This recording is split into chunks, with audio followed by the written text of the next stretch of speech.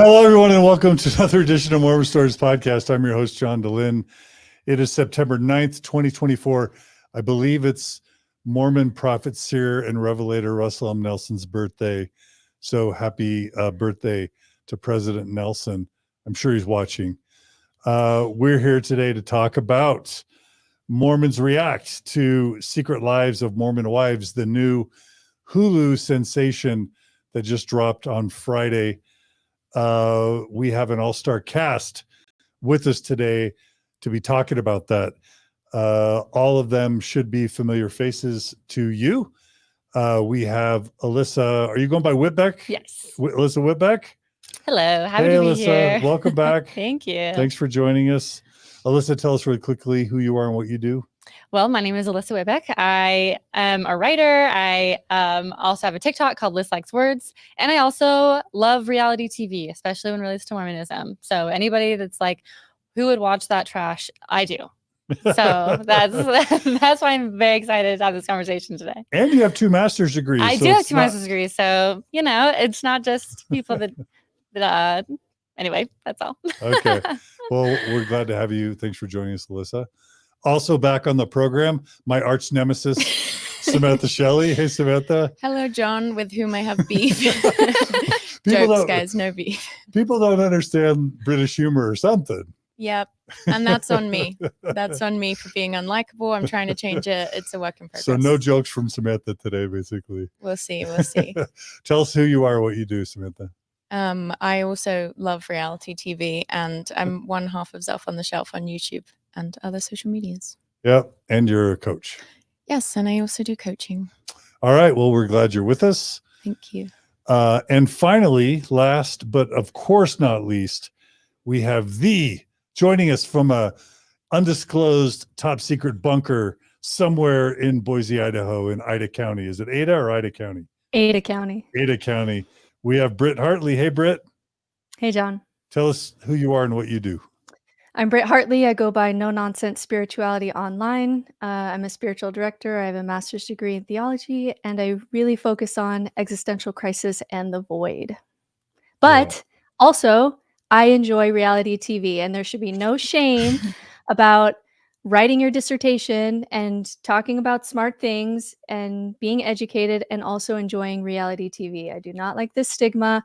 I watch this show. I watch 90 Day Fiance. I watch 600 Pound Life and Intervention and all these shows about human behavior, and I refuse to feel any shame about it. I love it.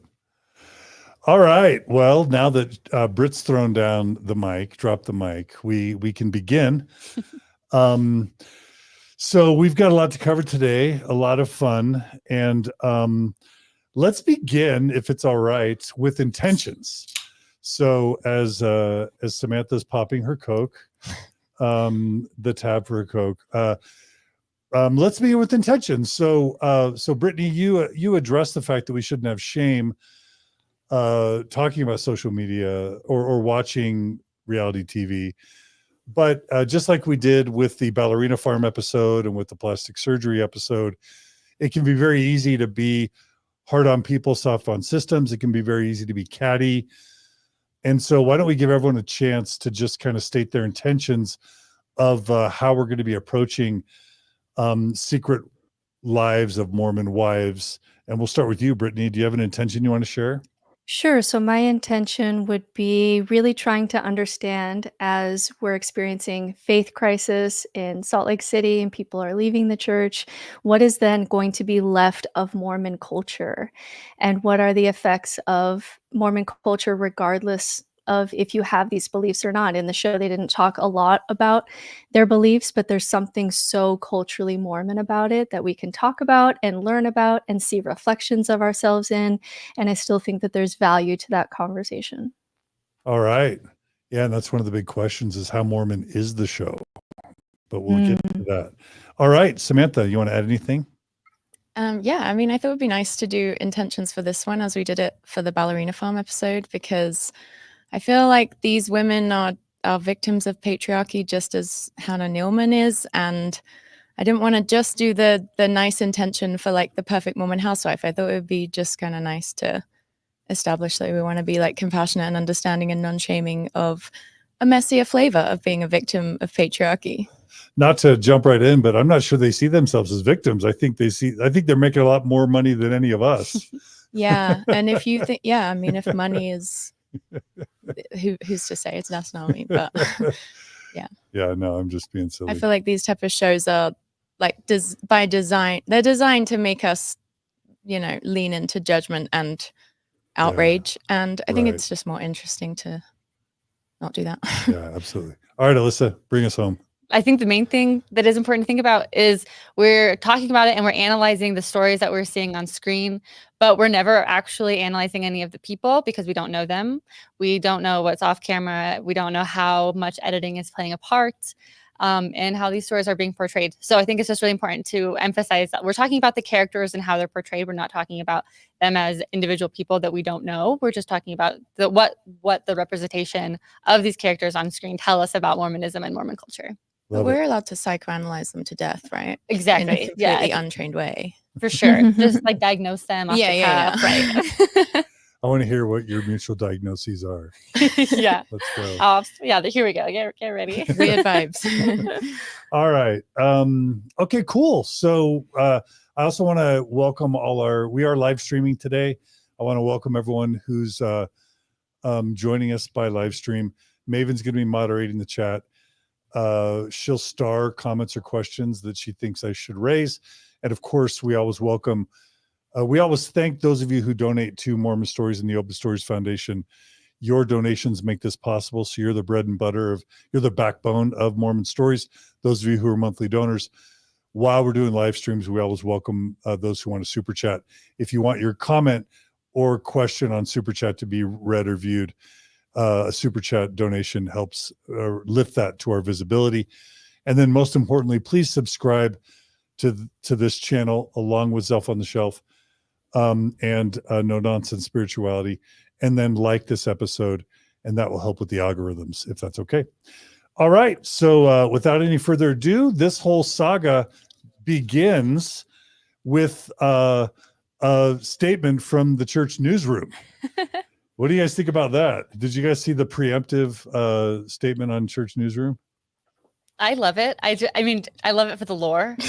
It's just really interesting to think about how they were getting worried about what people's perceptions would be. They were anticipating this to be a really big show. They're anticipating it to have a large effect on people's perceptions of Mormons and how that might shift from how people tend to think of Mormons as like the 1950s American ideal. So I just find it really compelling that they consider this enough of a PR crisis to make a statement. Well, I'll show quickly a screenshot of the newsroom article. It says commentary when entertainment media distorts faith. So it's sort of a victim posture. I'm going to go ahead and read it, and then we'll let you guys respond to that as kind of the preemptive strike. So it says, the Church of Jesus Christ of Latter-day Saints, like other prominent global faith communities, often, and you guys stop me whenever you want me to stop, often finds itself the focus of the attention of the entertainment industry. Some portrayals are fair and accurate, but others resort to stereotypes or gross misrepresentations that are in poor taste and have real life consequences for people in Utah and for people of faith. Okay, I'm going to pause there. I wonder what ones they do agree are fair and accurate. Exactly. They never really seem to be vibing with anything. But yeah, that's a really good question. And Britt, jump in anytime you want. To me, let me ask the panel this. If you were wanting the show to be the #1 show on Hulu, I think you would want to have the church make a preemptive press release, because what I saw on TikTok is someone who spends a lot of time on TikTok. A lot of my work is on TikTok. That's when members started to say, this show is coming out. This isn't a representation of me. I'm a Mormon mother. I don't swing. And so I almost feel like the church, by putting that out, and then the members go on TikTok saying, this isn't Mormon, started a huge wave of conversation before even the show came out. That if I were in the PR department, I don't know if I would have even validated the show with the response, because I feel like it just fueled the show to become the #1 show on Hulu, and they were a part of that. So I For don't all know if they had the effect that they wanted to have. Absolutely. For all the money the church has, somebody needs to explain to them the Barbara Streisand effect, right? Yeah. Alyssa, were you going to say something? Nope, keep going. Oh, okay. Samantha, you agree? All right, we got a comment already coming in, a super chat. Doc K writes, I think soft swinging is a threat to families and the church itself. My neighbors got involved with it, and I stopped going to church as he is in the bishopric. Okay, wait. So we're going to save that comment for later. That's Thank a juicy you, comment. Doc K, Yeah. for already. Let's get a whole episode jumping on that, right in. please. On Let's soft get that. swinging? That story needs to come out. Well, we're going to address it a little bit, but she's jumping ahead of us. Anyway, thanks for that super chat. We'll keep reading. The next paragraph says, while this is not new, a number of recent productions depict lifestyles and practices blatantly inconsistent with the teachings of the church. Others irresponsibly mischaracterize the safety and conduct of our volunteer missionaries. Okay, is that going to be the Hugh Grant movie that's coming out? That's Kind of what I think it's the referencing. horror movie Oh, yes. Mhm. from Hugh Grant. Anyway, it's talking about our missionaries. We understand the fascination some in the media have with the church, but regret that portrayals often rely on sensationalism and inaccuracies that do not fairly and fully reflect the lives of our church members or the sacred beliefs that they hold dear. And we're going to talk about whether, Secret Lives of Mormon Wives is sensationalized and inaccurate. That's going to be part of today's episode. It ends by saying millions of church members around the world are deeply dedicated to family, fidelity, service, and the gospel of Jesus Christ. We invite all to consult reliable sources of information and listen to the voices and authentic experiences of individuals and families who find great joy and satisfaction in living these principles. The true story of our faith is best seen in the countless lives of those who strive daily to follow our Savior Jesus Christ. I have a question. Where can you find accurate, authentic, vulnerable accounts of Mormons in the world? Anyone have an idea? Anyone? The I'm a I'm Mormon really series, curious. the I'm a Mormon series that we don't support anymore. And half of those people have left the church, by the way, Yeah, right? Maybe our best effort. No, seriously, I honestly think Mormon Stories is the best place in the world for people to hear about the lives of authentic Mormons. Alyssa, what do you think? I was just going to say, this is a plug for Mormon Stories podcast. Your grandiosity, John. It's this. I agree. I mean, also, I think it's important to realize 2/3 of all the people in the world who have ever been baptized as members of the Church of Jesus Christ of Latter-day Saints, probably 3/4 have now left the church and no longer identify as Mormons. So this idea that the most fundamental conservative Orthodox Mormons are the real true Mormons, aren't they in the minority? Especially because the church will happily count the least active person as in their membership numbers. Yeah. But they just want to count everyone when it suits them and then disavow them when it doesn't. Yeah. Yeah. I think to me that, we can use the language to our advantage here. So if you want to be called, if you are truly devout and you want to be called a member of the Church of Jesus Christ of Latter-day Saints, that's great. That means everybody else is a Mormon, which means when it's a show of Mormon wives, then that fits. And if it was a show that said the secret lives of members of the Church of Jesus Christ of Latter-day Saints, that would be something different. But if you don't want that word, then let us have that word. The church needs to make that version. That's Yeah, not you can make that. sensationalist. Yeah, you can make that version, but then just give us Mormon if you don't want it, and we'll use that word. I do think it's interesting, John. I've seen statements of the church over time that always talk about how we're a people of faith and love and service, but I don't think I've ever seen them use the word fidelity. And I do think someone intentionally put that word in there in order to say this swinging thing isn't something that real Mormons do, because that word fidelity, especially when you already have the word faith, I think was an interesting added word at the end there. Yeah, clearly, I mean, we're going to get into this, but a church with this significant polygamous past, with Joseph Smith having over 30 wives, its founder, with its first, I don't know, 10 plus prophets all being polygamous, like all of a sudden it's super worried. And I guess rightly so. It's super worried about anything other than traditional beaver cleaver, monogamy being conveyed is probably going to be alarming to the church.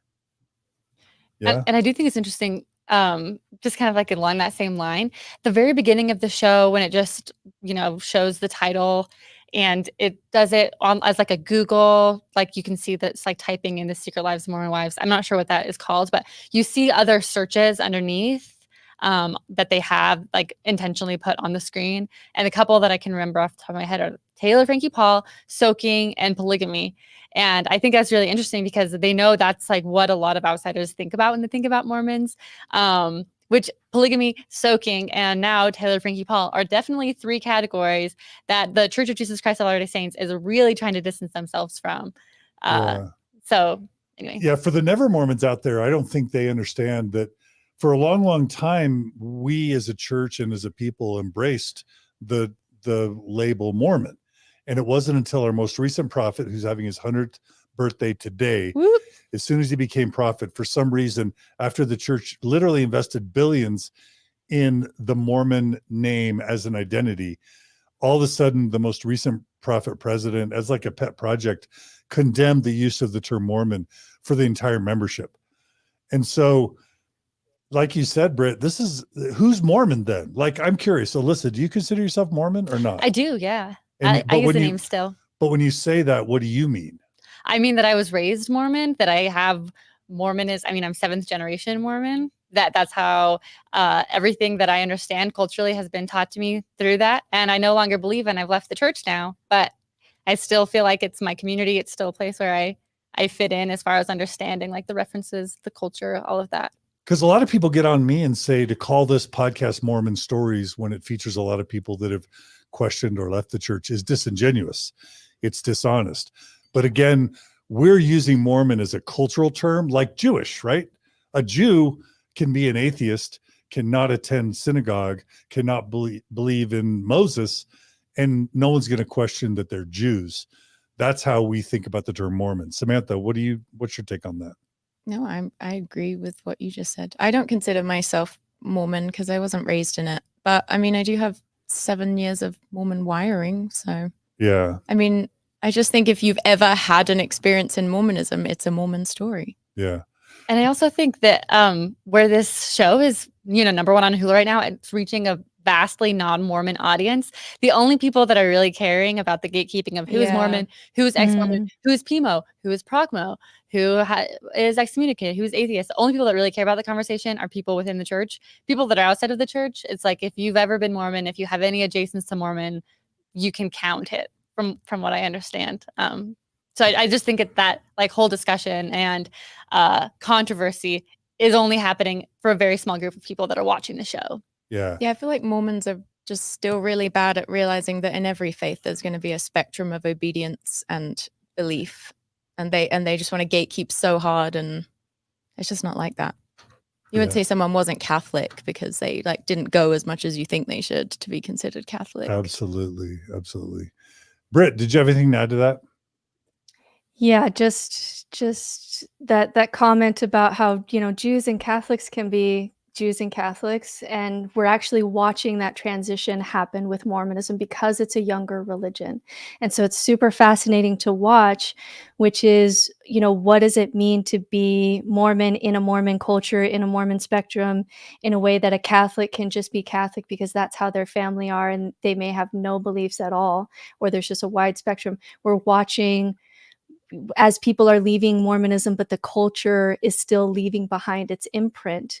We're kind of watching Mormonism go through that process of what does it mean to be a Mormon culture when you have no beliefs, which older religions have already gone through that process and have that stable spectrum where you can just say I'm Jewish, and that doesn't really mean anything about your beliefs necessarily. And so it's been interesting to watch the church go through that growing pains as a young religion. Yeah. All right. Well, let's go ahead and jump to the next slide. This is kind of the, one screenshot of the advertisement for the show. And I'm just going to ask all three of you, if you look at this shot, but you took out the title of the show, would you immediately, be honest with me, would you immediately go, oh, this is clearly a show about Mormons? Or would you think it was more, I don't know, Real Housewives or the Kardashians? Samantha, I'll have you answer first. Is this truly a photo that connotes or denotes Mormon women? It's a show about the hair extension industry. Alyssa, what do you think? I mean, they definitely don't appear Mormon right out of the gate, mostly based on like their clothing. So I think that has definitely been jarring to some people. Yeah. I'll just say that photo doesn't look Mormon to me. That looks like Kardashians, Real Housewives, not Mormonism. But also, did anyone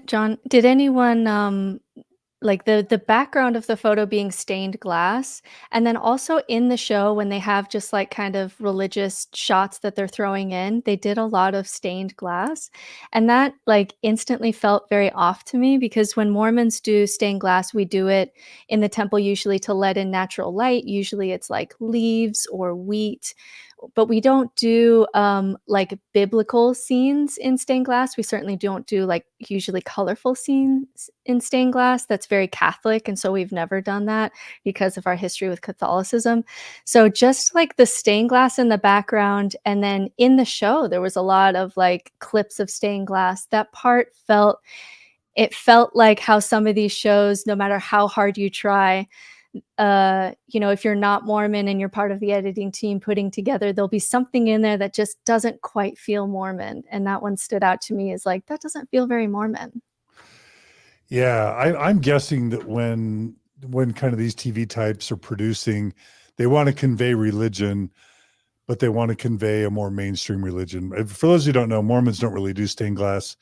It's a rare Mormon chapel that, I mean, a few might, but normally stained glass isn't part of our worship experiences, at least chapels. I don't know about temples. What do you guys think? Are temples more into stained glass? Temples will do stained glass, but just for natural light. And there's like common themes, leaves, trees, wheat, things like that, but not scenes. Like we don't do, I can't think of a single like scene of some biblical story that we've done in colored stained glass. That's something that we've never done. We just do it sometimes for light in the temple, just natural light.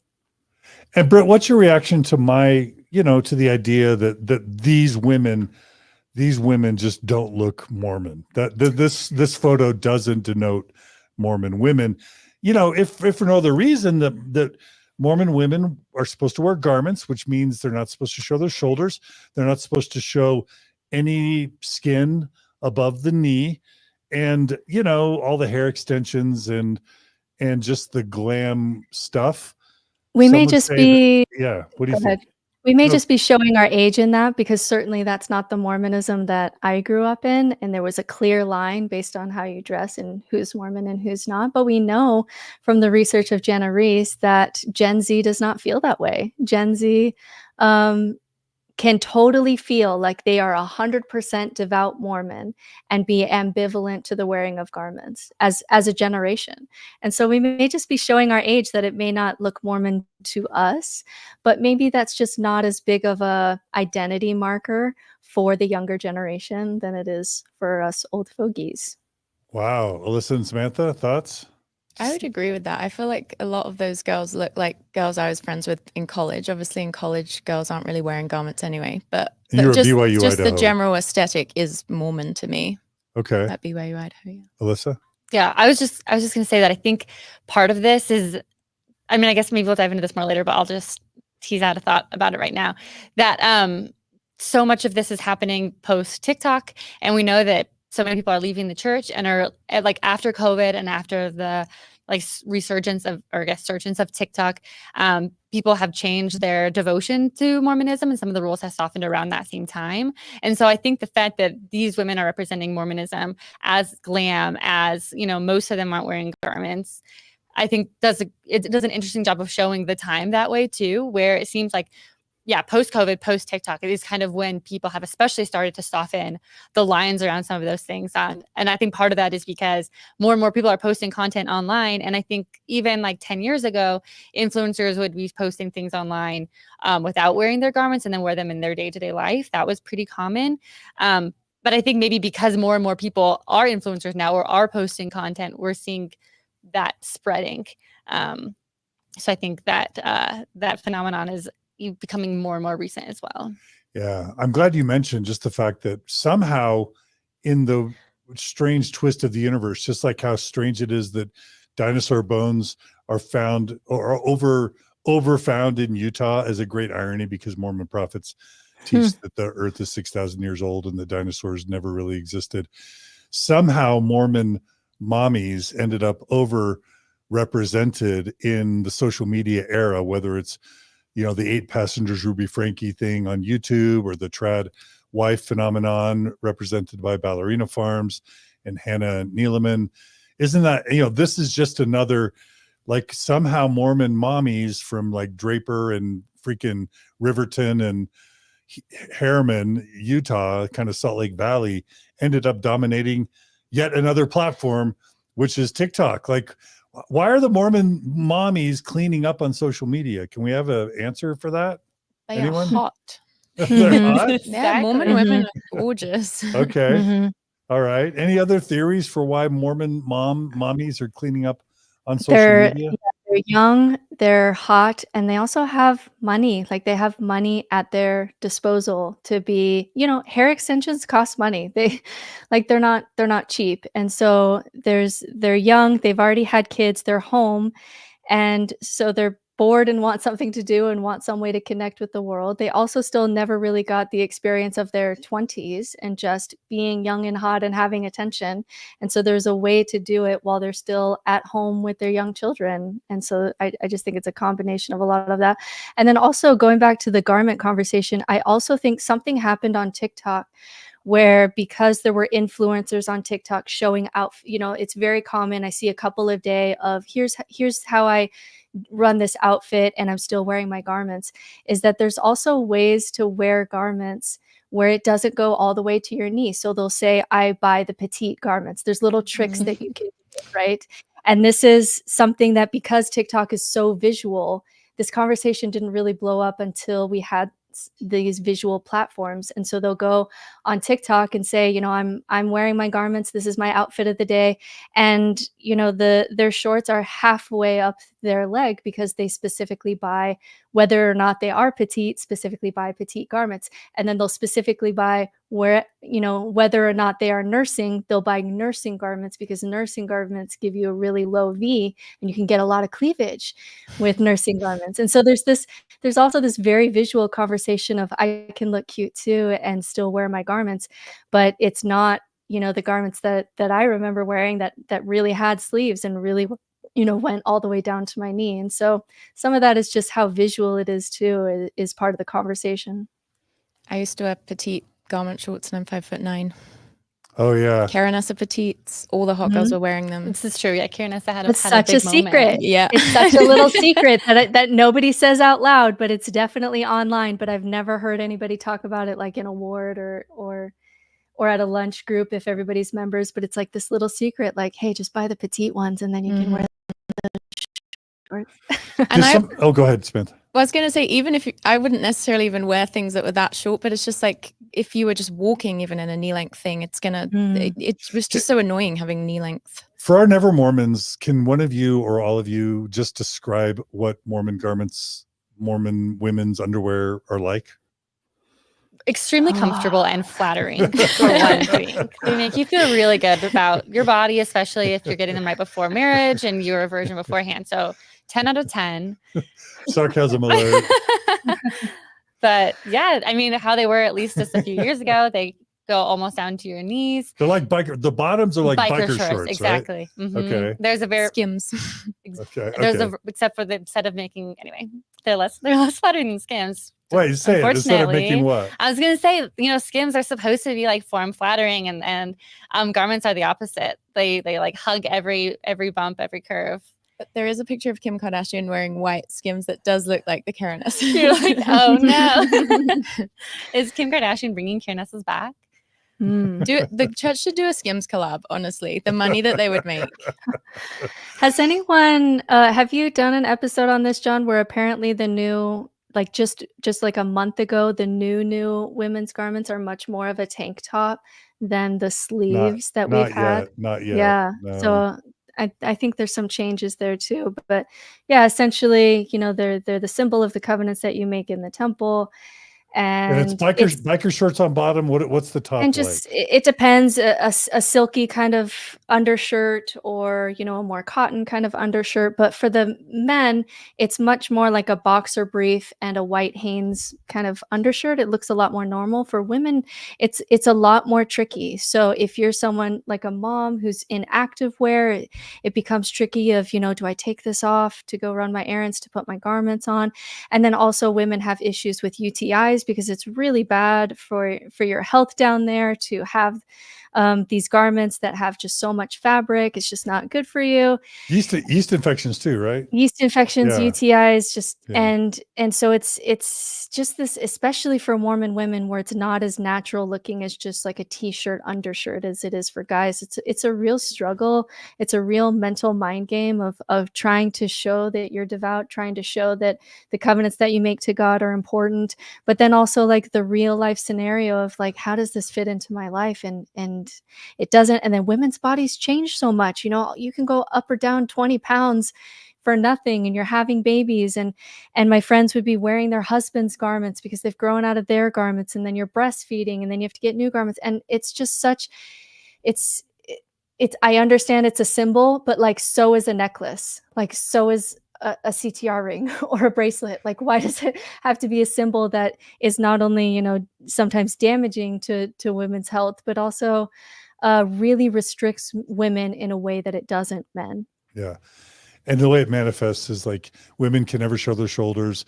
Women can never show their midriffs. Women can never wear shorts or skirts that go above the knee. And so that really affects what wardrobe you can wear. And then you can mention the bedroom dynamics as well, in terms of the sexiness or lack thereof.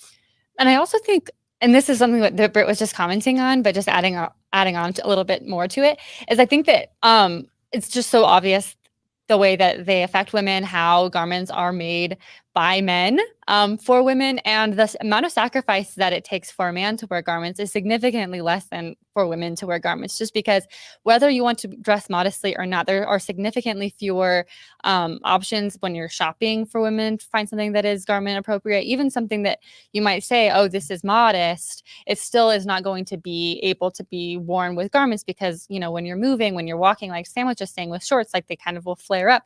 It's just so much of a sacrifice for Mormon women that it is not for Mormon men. And so the way that the culture is constantly blaming women for not wearing their garments enough, even though statistically they wear them about the same amount, men possibly even less, is, I think, just a really frustrating element to it, because the difference between regular women's underwear and garment women's underwear is drastically different, whereas it's not that different for men wearing regular boxer briefs versus garments. It's not as much of a sacrifice. Yeah, it's a way to kind of make women look super conservative and not sexually attractive. Is that fair? Yeah. And I think like one thing that was surprising, sorry, this is like, we're totally going off the tangent here, but even dressing modestly before I went through the temple, I dressed modest. I wore clothes. I was thinking like, this is modest clothing. It was something I really cared about. But just the layering, especially of some of like the thicker cottony garments, it just really changes the style. I found I still had to buy new clothes, even though I was wearing things that I thought would be garment appropriate. So it's just complicated. Yeah. Well, one of the reasons we do this on Mormon Stories is just because we can speak to the Mormon experience for the rest of the non-Mormon world. This is the type of stuff the show's not going to really cover, or the journalists won't get right. So I'm glad we're doing it. All right. So this series has been covered extensively. People, Washington Post, Rolling Stone, Daily Beast, CNN, US Weekly, and more. It's basically all over the place. I saw 2 articles in the New York Times. The Deseret News covered at least 2 articles on it, which is Utah's church-owned newspaper. And these are the cast of characters. There are basically 8 women. Taylor Frankie Paul, she's kind of viewed as the star and the ringleader, 29, 4.1 million TikTok followers. There's Demi Ingeman, age 29, 346,000 TikTok followers. Jen Affleck, apparently Jen is married to Ben Affleck's cousin. Is that right? Is that what y'all It heard? was something like that. Was it second cousin? They're related somehow. Yeah. But of course, Ben Affleck is not Mormon, never been Mormon, but somehow his distant cousin married a Mormon. So that's Jen Affleck. There's Jesse, age 31, 168,000 followers. Layla, age 22, 58,000. Is Layla the one woman of color? Is that right? Yeah. Yeah. Yeah, and she seems really new to the group Yeah. and has the least followers. I don't know. Maybe they just wanted to have a woman of color in there. I'm sure because that's it's true. Utah I'm sure and- that's true. And a lot of these women aren't part of the original group. We'll get to that in just a second. There's also Mayci Neeley, age 28, with 1.3 million followers. Mikayla Matthews, age 23, 2.4 million. And then Whitney, kind of like the mean girl, as they say, as some are framing her, the mean girl. She's age 30 and 2 million TikTok followers. So that's the cast.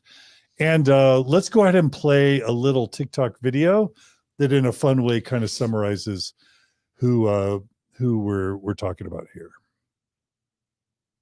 Okay, as requested, here is a full breakdown of the cast so that you can understand who is who. It should be noted that this is not the OG cast. This is the OG cast. This is the original MomTok, but we'll get into that later. First up, we have Taylor Frankie Paul. She is the star of the show. She started MomTok, and she was also the one that was behind the leaking of the soft swinging scandal. She is definitely a less active member of the Mormon Church, and she is possibly the most misunderstood member of the cast. Before the show, everyone pretty much hated her because of what they saw on TikTok, and now everyone basically loves her because they understand. She was part of the soft swinging that was with Miranda and Miranda's husband. They are not on the show. This is Whitney. She is the resident mean girl. She considers herself to be a very devout Mormon, and she's also insanely jealous of Taylor. She is a narcissist, and she loves to play the victim. Her husband was also exposed for cheating on her on Tinder throughout the entire length of their marriage.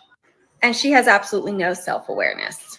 Next, we have Layla. I like her, but she is definitely an interesting character. She falls into the category of sinners, but she considers herself Mormon.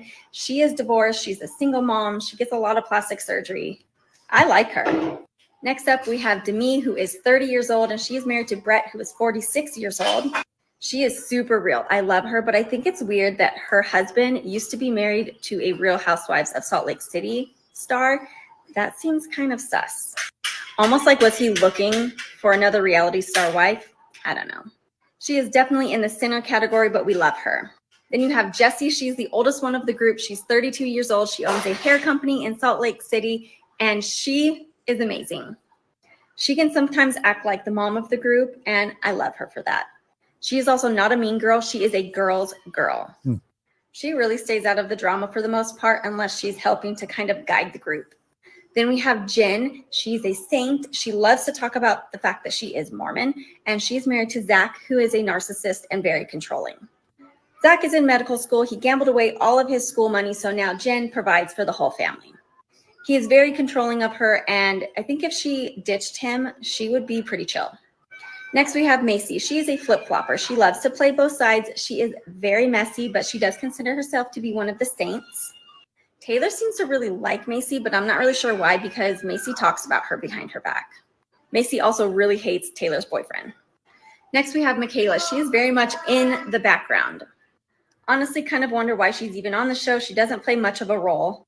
And she does have some sort of undiagnosed health condition that seems to cause some trouble for her. Now, like I said, these are not the only originals. These are all of the original MomTok girls. And one of these OG MomTok girls is the one that Taylor was soft swinging with her and her husband. So there you have it. Let me know if you have any more questions. All right. So do y'all have any reactions to those characterizations? Some some of the audience don't really love those characterizations. Do y'all have any thoughts on the cast? Anything? The only thing I wanted to note really quick, someone in the comments pointed out that we said that Layla was the only woman of color. Jen, her mom is from Ecuador, I believe. So just want to point that out as well. All right. Any other reactions? I mean, I'm always like skeptical of any reality TV show categorization. Okay. All right. That's a big question, John, but that was a good video that shows some of the dynamics of the show, and I agree with most of it. The characterizations of especially there seems to be a split between who considers himself an actually believing Mormon and who considers himself more of a cultural Mormon. So I would be on board with most of that assessment. Okay. All right. So that's the cast. Let's go ahead and go to, I think, one of the biggest topics. I don't know if y'all are expecting this. We're going to kind of just hit it right at the top. One of the articles from NBC News titles, this article, Inside a Mormon Swinging Scandal, new docuseries showcases MomTok influencer drama. And then it goes on to say, 2 years ago, a sex scandal shook the foundation of a thriving online subculture of Mormon moms. MomTok, an online community shaped by a group of Mormon influencers in Utah, rose to prominence on TikTok for its lifestyle and parenting content. Then one of its main creators, Taylor Frankie Paul, announced that she and her husband were getting a divorce, revealing in the process that they'd had an open relationship and that she had violated the terms. Taylor Frankie Paul referred to the arrangement as soft swinging and said that several couples in her friend group were doing the same. The revelation gave rise to a widespread speculation about which other MomTok influencers were involved. And, and that's basically a big part of the drama around the show is who's not involved. Why were so many of the original MomTok participants excluded? Who wasn't swinging? Any comments off the top about this subject of swinging, soft swinging, etc.? It was just Taylor that we know of that was actually involved in the swinging, right? Who's in the current cast in on the show? current cast. That's all I know of. And so were the previous cast members, they were going to do the show, but then they had their like personal lives made public. Like what? Do we know what happened? I think they'd already had a falling out with Taylor, and from what I understand, which is not everything, but from what I understand, it's the cast or the producers reached out to a lot of women from MomTok. Some of the women who were involved in the scandal said that they did not, and not even some involved in the scandal, just some of the original MomTok girls who felt like they had been put under fire, said they wouldn't do the show if Taylor was on it. So at this point, I feel like the swinging really doesn't play a huge part in this actual show. Yeah. That's just what really launched how everybody knew them. They'd already had a really big platform, each of these women individually. And then the scandal launched them into a larger platform that was really explosive. And I think then, we see that's kind of where the show starts. But really none of these women were involved in it except for Taylor. And even then, only 3 couples from what Taylor has said were involved in it ever. And so it was a pretty small group of the MomTok group that actually were part of the scandal. It just has been presented as so, scandalous and salacious, and everybody's involved and everybody's hooking up with everybody. And so I think that's just like really kind of what got them onto a TV show. Okay. Got it. Anything you want to add, Britt? Yeah, I totally agree. I think for people who have been on TikTok, we maybe expected that there would be more focus on how that world blew up and all of the drama that happened that we on TikTok were watching in real time. But it really wasn't a part of the show really at all. Like you said, it was really about, they briefly touched on it, but then they kind of went on to what the girls are doing now. And I think from watching people on TikTok, I think we all expected that this would be a lot of hate on Taylor because her life is just really messy, and she admits that she makes a lot of poor choices, and so we all expected that it would kind of be a lot about that.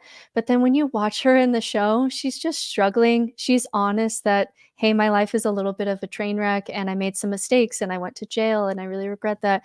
And in the end, you just end up kind of rooting for her because she's honest that I've made some tough choices. I'm in a tough situation. I'm in a tough relationship. I'm pregnant. And it's kind of hard to hate her because, you know, you just kind of see her struggle. And so going into it, I really thought it would be a lot of pushback on Taylor and her actions because that's what it was on TikTok at the time. But really, you just end up feeling for her. And Whitney is the one who ends up getting the heat for just kind of being a mean girl without any accountability. Whereas Taylor will at least say, yeah, I made some poor choices. I should mention that today there will be spoilers. So go watch episodes 1 and 2 if you don't want any spoilers before. We're going to try and talk about episodes 1 and 2 today and some of the framing issues. And then we'll talk about the subsequent episodes in a couple subsequent episodes. I'm imagining at least 1 to 2 more shows in the next week or two covering those final mid to final episodes. Let me just hit that question though, as ambassadors of Mormonism described broadly, writ broadly to the world. How much is swinging or non-monogamy a thing in Utah? None of us have data in terms of like non-monogamy or swinging per capita, Utah versus outside. But does anybody want to share anecdotally from friends or from, you know, relationships or people that they know, whether swinging / non-monogamy really is a Utah thing in a relatively frequent existence, and whether it really happens in Mormonism or mostly in non-Mormonism or ex-Mormonism? Let's just hit that topic right from the top. Who wants to start? I'll go. Okay. I do think, and I'm going to be honest here because I work a lot more with the ex-Mormon community than I do active Mormons, just in the basis of the people who want me as a coach. And I would say that swinging is much more prevalent and often more problematic in the ex-Mormon community. But I will say that anytime, and this is where you can just get any Julie Hanks or Natasha Helfer, sorry, whenever you have repressed sexuality, it is going to show up somewhere. So I do think that there is swinging that happens in Mormonism. There's definitely, you know, porn in Utah. This is a thing that's well documented, that whenever you have repressed sexuality, it's going to show up, and it certainly shows up in unhealthy ways in Mormonism. But I see a lot more swinging in ex-Mormonism.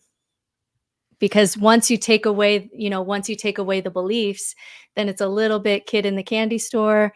And I see a lot of ex-Mormons jump into opening their marriage. You know, they had a faith crisis yesterday and they're opening their marriage today without getting the sexual education that they need in order to make that healthy. So I see this across the spectrum in Mormonism. And would you say, in your experience, Britt, that it's relatively common in ex-Mormonism, rare in ex-Mormonism, or I would say know? it's very common to, you know, the second that you lose your beliefs, if you don't have some kind of structure there, if you have a lot of repressed everything, that there is a tendency to want to open your marriage right away because you got married at 19, you didn't know who you were, you certainly didn't know about your own sexuality at that, you know, at the time that you got married. And so there will be a tendency to do mushrooms and drink coffee and get a tattoo and open your marriage. And I think that's something we just have to be honest about. Those are almost rites of passage in ex-Mormon culture. And sometimes it can be a rite of passage that's healthy and part of your journey. And sometimes we can also say that there's some problematic aspects to that too, that we can be honest about as ex-Mormons or post-Mormons. All right. Thanks, Britt. Okay. What about Alyssa and Samantha? Anything you want to add? Yeah, I don't know. I have never, my husband and I, no one has ever pitched us to, you know, swing with them. I'm a little offended by how common it seems to be. But I do think, like, kind of like what Britt was saying, it seems like there is something that happens. It's something that I hear stories about. But I do think, like, especially within Mormon culture, having premarital sex is way more common than we would like to think sometimes when we're in the Mormon bubble. So I definitely think these things happen. And I think it is especially relevant to the concept that it's the secret lives of Mormon wives. And yes, these women, you know, they're hot and cool and they have their own TV show. So maybe it's a little bit exaggerated from what your standard Mormon has. But I think the idea that most Mormons have secrets, whether they're sexual or not sexual, I think is pretty standard across the board. That everybody has something that they know is maybe like a little hush hush for their as far as orthodoxy goes, but a sort of this still happens. All right, Samantha. Yeah, I mean, I feel like what's already been said is perfect, as Britt kind of gave voice to. It's like anything that we repress is more likely to come out in dysfunctional ways. And not to say that swinging is inherently dysfunctional, but yeah, I do feel like people are corralled into these marriages young, and then like a psyche is going to seek out what it feels it needs one way or the other. And I think, yeah, there can be definitely dysfunctional ex-woman swinging situations, but it's sort of just people trying to like express a part of them that they've never been able to express before, and it becomes like a crash course, I guess, in confronting that previously unconscious or like repressed aspect of themselves. And sorry. No, go ahead. No, I was just gonna add one more thing. So I was listening to the Vial Files. He was interviewing Taylor Frankie Paul about all of this. And his point was that it sounded like, from what he was saying, that Taylor and her friends were inexperienced swingers, was what he called it. And I just thought that was really interesting, because he was pointing out that it seems like part of the reason why this scandal turned so bad is because Taylor broke the rules they had of their swinging, or of their like swinging boundaries.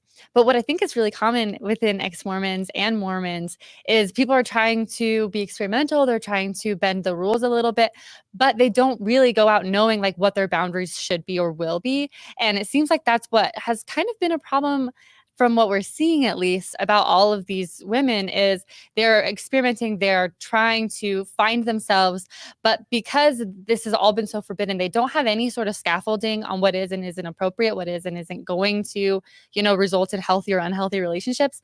And it seems like that's partially why things are blowing up so much for them, because even all that they were doing, supposedly, just like kissing other people, making out with other people, but because their lines were kind of blurry, they weren't able to establish these boundaries in healthy ways for everybody to feel safe and everybody to feel consensual, that it just turned into a disaster. And then all the couples that were part of the swinging scandal ended up getting divorced. And yeah, I totally agree. Yeah, I totally agree with that.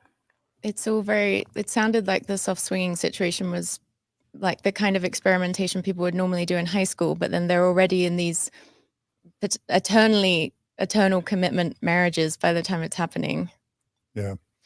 I'll just add a couple things. Just one thing I'll verify as someone who's probably talked to tens of thousands of ex-Mormons at this point, that I know lots of ex-Mormons, including Margie myself, who have never tried non-monogamy or swinging of any type.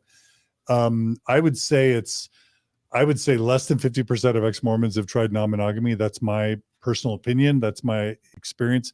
Maybe even less than 20%. I would say it's maybe 5 to 10%. That's my experience. But again, there's friends that I've had for many years who I found out later were involved in non-monogamy, and I didn't even know, and they were very close friends. So you don't always know, because it's very stigmatized. They didn't think you had what it took. Drop the names. No, I mean, that's good. And like, there's a very big stigma. Like, people are very, very, it's something that's very shamed, very fearful, and it's very stigmatized. So that's worth noting. So I like to think of it, that's the reason why I didn't know versus they weren't interested, Samantha. It was the stigma, definitely, John. Okay. But also, I just want to kind of say that this is not, in Utah, it's not just an ex-Mormon thing. So I've heard many, many times over the years of, like, in Draper, Utah, in Sandy, Utah, in Harriman, in Utah County, like all sorts of different places throughout the Wasatch Front, you hear about Orthodox, believing, faithful Mormons involved in swinging. And that is a long-standing sort of understanding that these sorts of things break out, just like freaking multi-level marketing opportunities break out. There's something about something in the soup, something in the mix, a lot of what you've already described. I don't know if it ties into Joseph Smith and our polygamous past, but this is my point is this is not just reserved to ex-Mormons. It's also something happening with faithful and these women who were in the MomTok, original MomTok group, as I understand it, they were all faithful, believing, active Mormons. And I think that's sort of that's representative of some active faithful Mormons. The only other thing I'll say is 10 years ago, I'm living in northern Utah, I'll just say, and I had a very sharp, smart, successful listener come to me and tell me that he was a member of a stake high council and semi-believing, but he and his partner were absolutely involved in swinging, and that he knew bishops and stake presidents, Mormon active bishops and stake presidents, who to all their congregations appeared to be super faithful leaders in the church, but then they would go to other states, meet up with other couples on premium apps, and swing as not just faithful Mormons, but as Mormon bishops and stake presidents. So Wow. I think this happens a lot more than any of us think. And it certainly happens a lot more than I think what the church would ever want to believe. And I think Mhm. Sam's right in just that if it's a repressed part of your psyche, it's just going to show up somewhere. Mm-hmm. Yeah. Yeah, like it's easy to, I don't know, to typecast things like that as good or bad, but it's like in the same way that you don't necessarily look, I mean, there are safety things that matter, and if you hear of a teenager, you know, sexually experimenting, there are like safety elements that are important, but you're not like necessarily judging it as good or bad. You're like, oh, that's like developmentally appropriate for them to be experimenting and learning their boundaries and all that. And I feel like it's just the same thing. It's just happening at sort of a delayed and in a weird, obscure way, or what we would consider like weird societally. Go ahead. Oh, go ahead. No, please, Britt. The perfect example of our lack of sexual education is episode 2, when Whitney has a conversation with her mom and confronts her about how little she knew about sex. And she says that her wedding night was a horror show. Eventually, she says, okay, we'll just call it a comedy show. And, you know, she goes up to her mom and says, like, I didn't know anything about this. And so, of course, we can't have, as Mormons, you know, active Mormons or ex-Mormons can't have healthy boundaries when we have zero sexual education about what those should even be or what that looks like. And that conversation with her mom was a perfect display of that, because the mom says, well, you had 2 kids, you figured it out. And she's like, no, mom, like, I didn't know anything about this. And there was a couple really interesting things about that conversation. I would love to hear Julie Hanks, especially her comments on that conversation, because the mom says, cut me some slack, first of all, so some pushback. And then she says, well, you had children, so you figured it out. And then she says, if I could go back, I would check that off of my parenting list. And the spirit of Julie Hanks rose within me and said, this mom is all of our moms, because she's talking about, if I could have been a better mom, I would have checked this off the list. And it's this checklist, mom, of pushing back when you're saying, mom, I really wish I had some more education around this. And then saying, oh, I wish I would have checked that off the list. And this is what Julie Hanks talks about, that motherhood is not a checklist. It's a relationship. It's a conversation. It's a conversation of trust. And that conversation between Whitney and her mom was just a perfect example of Mormon checklist mommying, and also our entire lack of sexual education and the disadvantage that puts on us, because we're having children and we have no idea what healthy sexual boundaries are. So it shows up in healthy ways, in unhealthy ways in Mormonism, in active Mormonism. And then the second you lose your beliefs, it also shows up in ex-Mormonism. It shows up anywhere on the Mormon spectrum because of our lack of sexual education. And that conversation perfectly highlighted that. Was it the scene after where the 22-year-old who's a mother of two said she'd never had an orgasm, and every time she gets close, she gets scared? My jaw dropped I to the know. floor. The fact that she yeah. admitted she would get scared when she was about to have an orgasm, and so she's never, like, that blew my mind a little bit. I think my mom would be okay with me mentioning this. She's 90 now, but when my parents got divorced, I talked to them a lot about, what didn't work in their relationship. And I think my mom has admitted she didn't have an orgasm until she was like 35 or 40 years old. And that was a really big problem in their marriage. Just they didn't have an education. They didn't know what they were doing. And that affected the marriage. I also want to say there's all sorts of dysfunction that happens around sex in Utah. I'm going to share a couple comments and then make one more point. Scam Zone writes, John, come to the east bench of Draper. This is sort of, for those who don't know Utah, this is kind of southeast Salt Lake Valley, southeast of Salt Lake City, east bench of Draper. I am here. The money is insane and the women are hot. Thus, this is where the party is, just being real. So Scam Zone's basically suggesting that there's a lot of swinging amongst faithful, active, rich, wealthy, powerful Mormons in Draper, which is something I kind of alluded to. I also want to share a comment Maven makes. Maven says, I want to get the goods from sex workers in Utah. I've heard a ton in Utah regularly have Mormon clientele, even quite high up. They're a tough group to crack, though. No, I've personally spoken. There was a sex worker that did a podcast that wanted to consider coming on Mormon Stories. So Natasha Helfer and I met here in this office with that sex worker to explore whether she was comfortable coming on the show. And she said she absolutely had bishops, active Mormon bishops and stake presidents and politicians, prominent, local celebrities as clientele in Utah. I've spoken with 2 sex workers in Utah. I'm not a customer, just to be clear, but I've spoken to 2 who are listeners of the show who say they know prominent church leaders and politicians that are regular clientele of the sex workers. That's in addition to it being well reported that somehow Utah men exceed the national average for per capita pornography use as well. So there's just something going on with sexuality that, we've probably over addressed at this point. It also seems worth mentioning that with Taylor, because she slept with someone's husband outside of the swinging thing, right? So she cheated with someone's husband, and didn't she say she was blackout drunk and he picked her up from a party? Yeah. So presumably this sober guy is sleeping with, so I feel like a lack of consciousness around substances is playing into that as well, because I don't think she would have said that was, it's not like she was blind to the fact that was wrong. I'm assuming she knew that it wasn't cool to have sex outside of the swinging. She didn't want to say, she's like, I'm not making a claim here. She's like, I was blackout drunk, but she was really careful to say she didn't want to call it rape,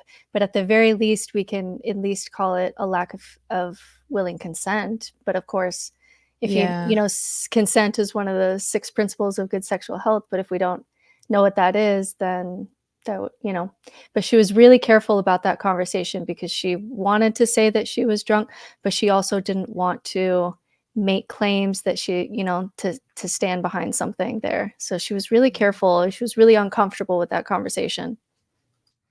Yeah, it feels pretty on brand for a lot of patriarchal Mormon men that they could be completely sober and picking up a girl who's blackout drunk and willing to have sex in that situation. Well, the word consent is not part of the Mormon vocabulary, full stop. Yeah.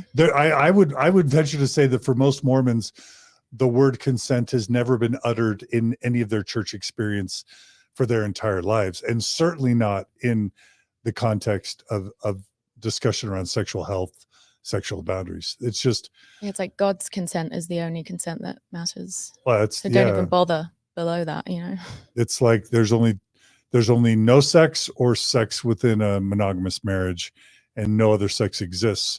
And I'm sure for Mormon church leaders, they've never thought about whether consent is a thing within a marriage.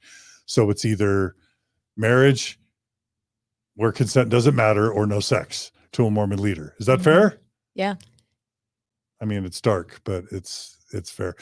I also want to just say one last thing about swinging and non-monogamy, just because I think that's one of the things that draws people to the show is the press and the media attention of the non-monogamy and the swinging.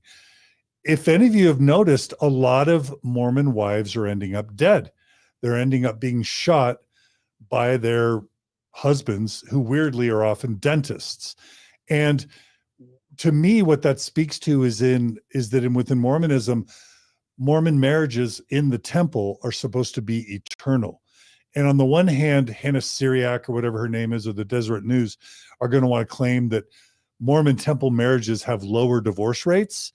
I'm not sure that's always something to brag about if that makes it so Mormon couples feel like they have no other option other than to off their spouse. Again, like Lori Vallow or Chad Daybell, or all these dentists that have killed their Mormon wives.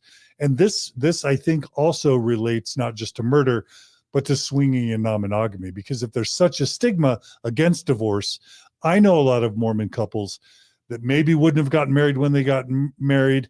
Maybe they wouldn't have had as many kids as they had. Maybe they wouldn't have married who they married if they had had more opportunities to just naturally explore.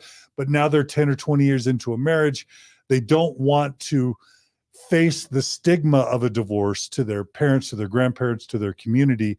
And so, as I understand it, swinging and or non-monogamy, polyamory are ways to be able to have experiences or explore that you should have had when you were young, but you can't escape the bonds of marriage without facing huge social stigma. So it's a way to have some flexibility in a marriage that you feel maybe isn't quite what you wanted, or just to kind of, again, reclaim a life you should have had earlier. Any thoughts on that? There's also, go ahead, Sam. Asia. Yeah. Britt, then Sam. Oh. Well, now I forgot what I was going to say. Okay, No, you Sam. go. You go. Sam, Well, then Britt. I was just going to say, yes, I think what you just said was dead on, John. And I also think there's probably a lot of people who do love their spouses and, like want to continue having a life with them, and like their spouse represents like security in the world and like attachment, and like they're raising kids and they want to keep doing all that. And they want to be able to have like, experience sexual freedom that they didn't get to experience. Like I'm just saying this just to not create like such a story of like, if someone's doing non-monogamy, then their marriage inherently there has to be something wrong with it. No, in fact, but I think what you said was still 100%. And Britt, I hope you can remember what you're going to say, but I'll just give you more time. This person that I spoke to 10 years ago, where I was living before, told me that only people in really, really strong, healthy marriages should even consider polyamory or swinging or non-monogamy, because it requires so much communication, so much consent. And he said he and his wife engaged in swinging because their relationship was so healthy. It was just a way to make it even better. Now, I've seen a lot of marriages that weren't doing well, where swinging and or non-monogamy became, the beginning of the end of their marriage, or maybe their marriage was already ending and non-monogamy or swinging is what they did as a last-ditch effort to try and save what was likely to be a failing marriage. But Samantha, you make an important point that sometimes it's what people do to enhance, I guess, in theory, an already good marriage. Although my experience is many of the marriages and relationships that I've seen enter into non-monogamy or swinging end up in divorce. That's just my experience. Especially here in Utah. Yeah, just given the context of who's usually going into it. Britt, did you remember what you were going to say? So just on that, my experience is the same. Usually I see it end in divorce. And there's two couples that I know personally who had the kind of marriage where there was some openness in the marriage sexually. And for the one that I'm thinking of, she was bisexual and wanted to explore that part of her own sexuality, but still loved her husband, and they had excellent communication. They had excellent therapy. They had a truly healthy, magical, amazing marriage. And because they had all of that education and they had a good marriage, I've seen that be able to be functional. So like you said, Sam, it's not necessarily a bad thing, but it happens so rarely in Mormonism that someone has that much therapy and sexual education to be able to actually make that work in a way that is mutually beneficial for everyone. And then to John, what you were saying before, I think there also is an element of control that we see come out, because when you were talking about Mormon dentists that murder their wives. There was a moment, this is later on, a little bit later on in the show, but I feel like it's relevant, where Jen's husband, or Jen, goes silent for a little bit. Nobody can get a hold of her. And it's literally a thought in the group that her husband is so controlling. And it's not that Mormonism creates maybe narcissists or controlling personalities, but patriarchy certainly can fuel it. And so there's this moment where he's being really controlling. It's a really, he's really showing some narcissism, some really intense abuse, I would say, controlling abuse. And she goes silent. And it's literally in the group that they start saying, like, maybe I watch too much true crime, but like, we need to check on her and make sure that she's okay, that she's alive. And that was an actual conversation that they had in the group, because there is an element of control that is exacerbated by certain doctrines in Mormonism. Maybe not caused, but certainly exacerbated, that the man is in control and is the head of the family, and you are not obeying, and you deserve this, or, and that can go to violent extremes and really be abused in the church. And so that was an actual conversation of them having to check on Jen to make sure that Zach didn't kill her, because he was that controlling. And Alyssa, I don't know what you're about to say, but I do know that your interview on Mormon Stories, you talk about a first marriage where you experienced some of these patriarchal sort of dynamics that Britt's talking about. I recommend highly Alyssa Witbeck's Mormon Story for that reason. But what were you going to say, Alyssa?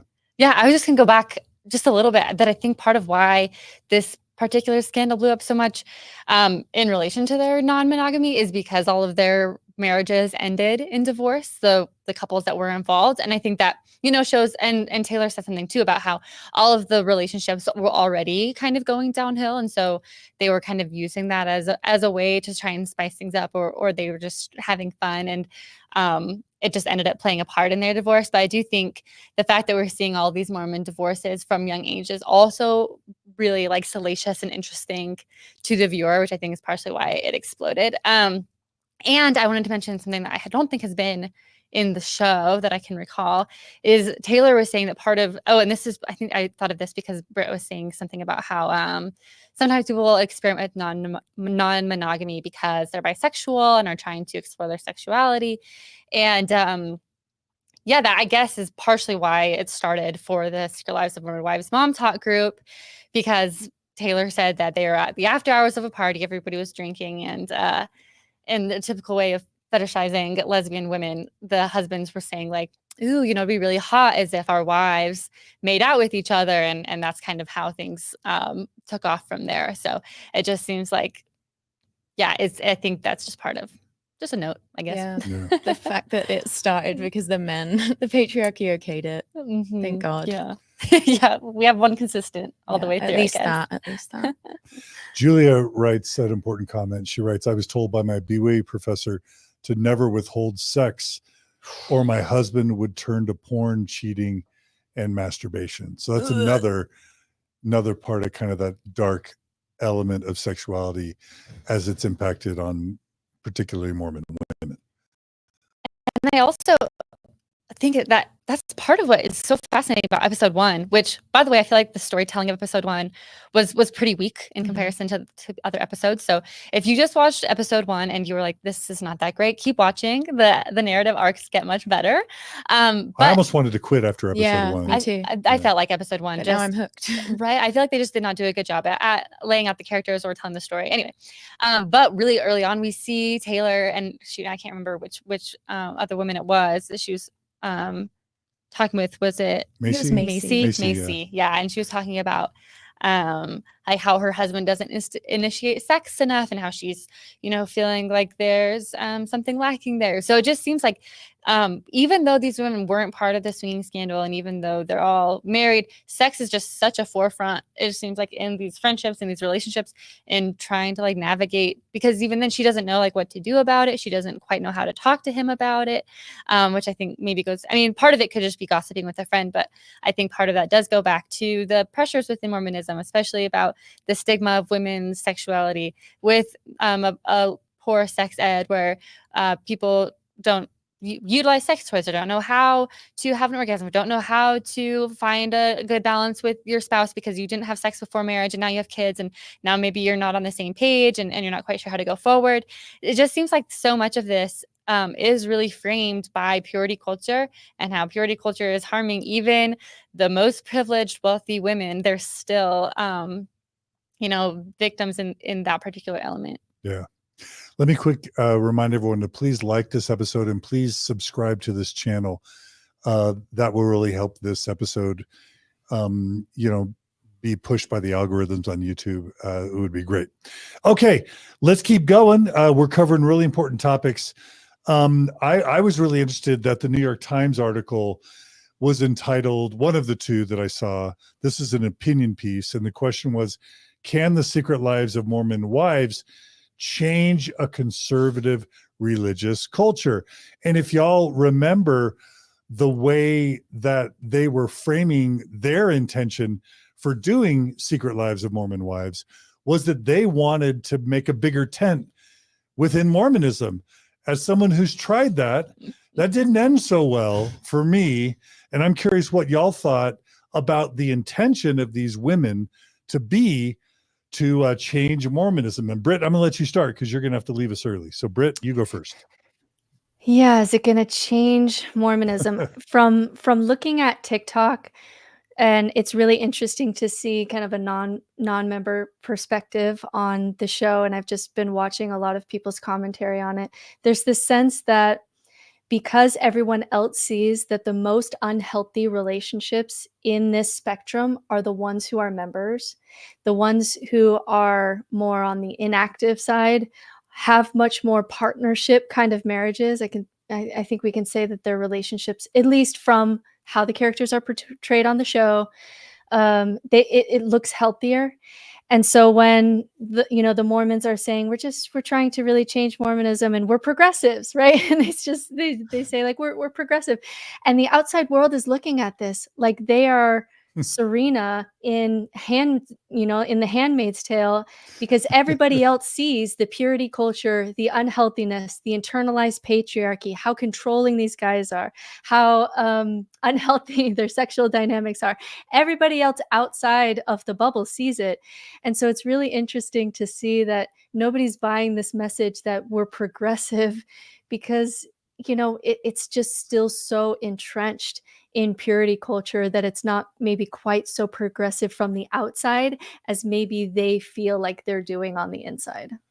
But that's all true. And just the fact that Whitney's drinking alcohol with her husband for the first time, that's edgy for Orthodox believing faithful Mormons, at least the ones that aren't kind of breaking the rules in secret, or like the way that they're wearing clothes that aren't, quote, modest from a Mormon perspective, or the fact that they're going to Vegas. It's interesting and partying. though that they don't fear excommunication, because we know that excommunication now isn't about, we saw you drink a sip of champagne on national television, so you're going to come into a disciplinary hearing. Or none of these girls, not only have they not been called in for church discipline, but it's not even on their radar. I've seen them on podcasts be asked, aren't you afraid you're going to be excommunicated?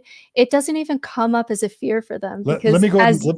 Go ahead. Sorry, keep going. I want to play a clip in that context. Yeah, because as you know, John, it doesn't matter what your behavior is in the church when it comes to excommunication. It only matters if you're directly and publicly speaking against the church, which they're not really doing. And so there's no fear of excommunication.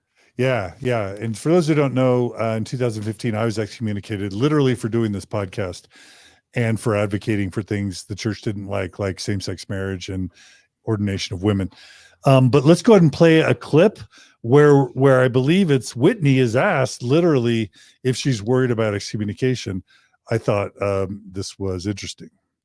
Is there fear of being excommunicated from the church? Because I feel like that's something people who aren't Mormon, we hear about that on other reality shows that sort of delve into the Mormon culture. Like, are you scared at all of that? Do you care? No, none of us are getting excommunicated from doing this TV show. You have to do something like really bad, I feel like, for that to happen. Yeah.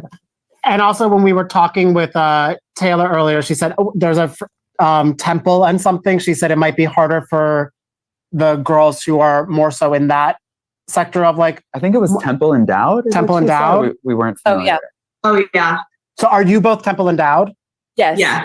Because she was saying that it might be trickier for the girls who fall in that category. Do you think that is the case, or it's kind of the same across the board?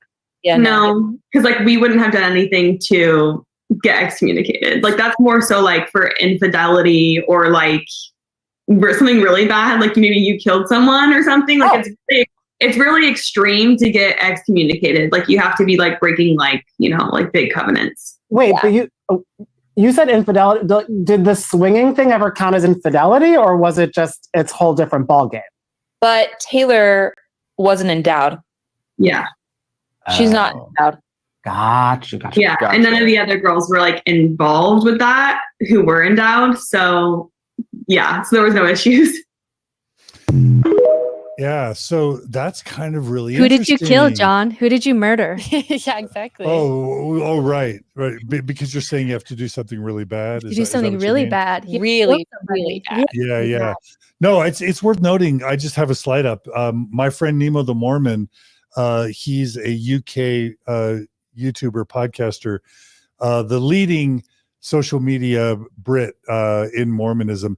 He was just summoned to a disciplinary council over the weekend. He is set to be excommunicated for the crime of having a YouTube channel that criticizes the church and speaks openly about the church. So that's interesting. But what about this idea? I mean, so number one, they're not worried about excommunication. Do you guys remember in the episode when Taylor expressed a concern about excommunication? Do you want to talk about that, Alyssa? Yeah, I was just really surprised by that. It's interesting that she said that she was concerned about excommunication, but Whitney has not said that, when Whitney is the one who is, more devout right now. But I guess, I don't know. I mean, I think I think so much of it is probably based on optics, on why they would or wouldn't be concerned about excommunication, because Taylor is seen, especially before this show, and in some ways rightfully so, because she has made, decisions that she has admitted are poor, has done some wild things. But Whitney, I think you can really save yourself from getting excommunicated by just claiming over and over again that you love the church. If you have a giant picture of Jesus on your wall, you just only say positive things about the church, it seems like that matters so much less to the to church leadership than talking negatively about the church at all. And so, yeah, I think that's interesting. But it was also interesting that Taylor said that she, at that point, I know that she had a little bit of a come to Jesus and wanted to stay in the church more later. But the fact that even early on, even when she was in her, before she got arrested, she was still kind of especially messy and wild, that excommunication still has such a stigma that it scared her. And maybe it has such a stigma that the other women just have to pretend like it's not even an option, because they just can't even think about it because the stakes are too high. Yeah. Britt, do you want to talk about excommunication? I want to follow up about one thing that you said before I have to leave here. The one comment that I really wanted to make on this episode, because it's the one that comes up the most often in my work, is this come to Jesus moment that you just mentioned. And the thing, before I have to slip away and leave, the thing that I have to talk about with Mormonism is this flip-flopping between order and chaos that Mormons will often do, that I see every day, which is you go to church for a while, you kind of don't believe some things, maybe you go inactive for a little bit, and then you start drinking or doing things that you regret, or you spend a night in jail or whatever happens. And in that moment, you need some structure. Your life sucks. You need something. And the only thing in Utah County, the only thing that looks put together and structured and ordered and happy and safe for kids is Mormonism. That's the only tool that you have in your tool belt. So then you go back for a while and you're going to church because it's good for your kids. And then, things start bothering you. You take a break because of some rhetoric you heard, Oak say or something like that. And then you swing off into chaos. And when your life doesn't feel like it's going well, the only tool, and I see people for 20, 30 years do that cycle. And I see Taylor really stuck in this cycle of the only order and structure, the only tools that she has available in her life is Mormonism. And so she's swinging back and forth because she doesn't have any other way to structure a healthy life and education to help her structure a healthy life for herself and her children other than Mormonism. And when you watch Taylor's story, and if you watch it in the context of this swing between order and chaos, you can see that dynamic really clearly. And it's something that I see happen a lot in coaching, which is people who have done that cycle for 10 years, and then they'll come to coaching and just say, help me. You know, sometimes I try to go to church, sometimes I take a break. That doesn't seem, and they just kind of swing back and forth, because if Mormonism is the only tool set that you get for ritual and community and rites of passage and contemplation and quiet time and awe and transcendence and moral education, if Mormonism is your only access to those tools, then you'll just always be swinging back and forth. And that's something that I just see all the time. And I especially see Taylor's story in that.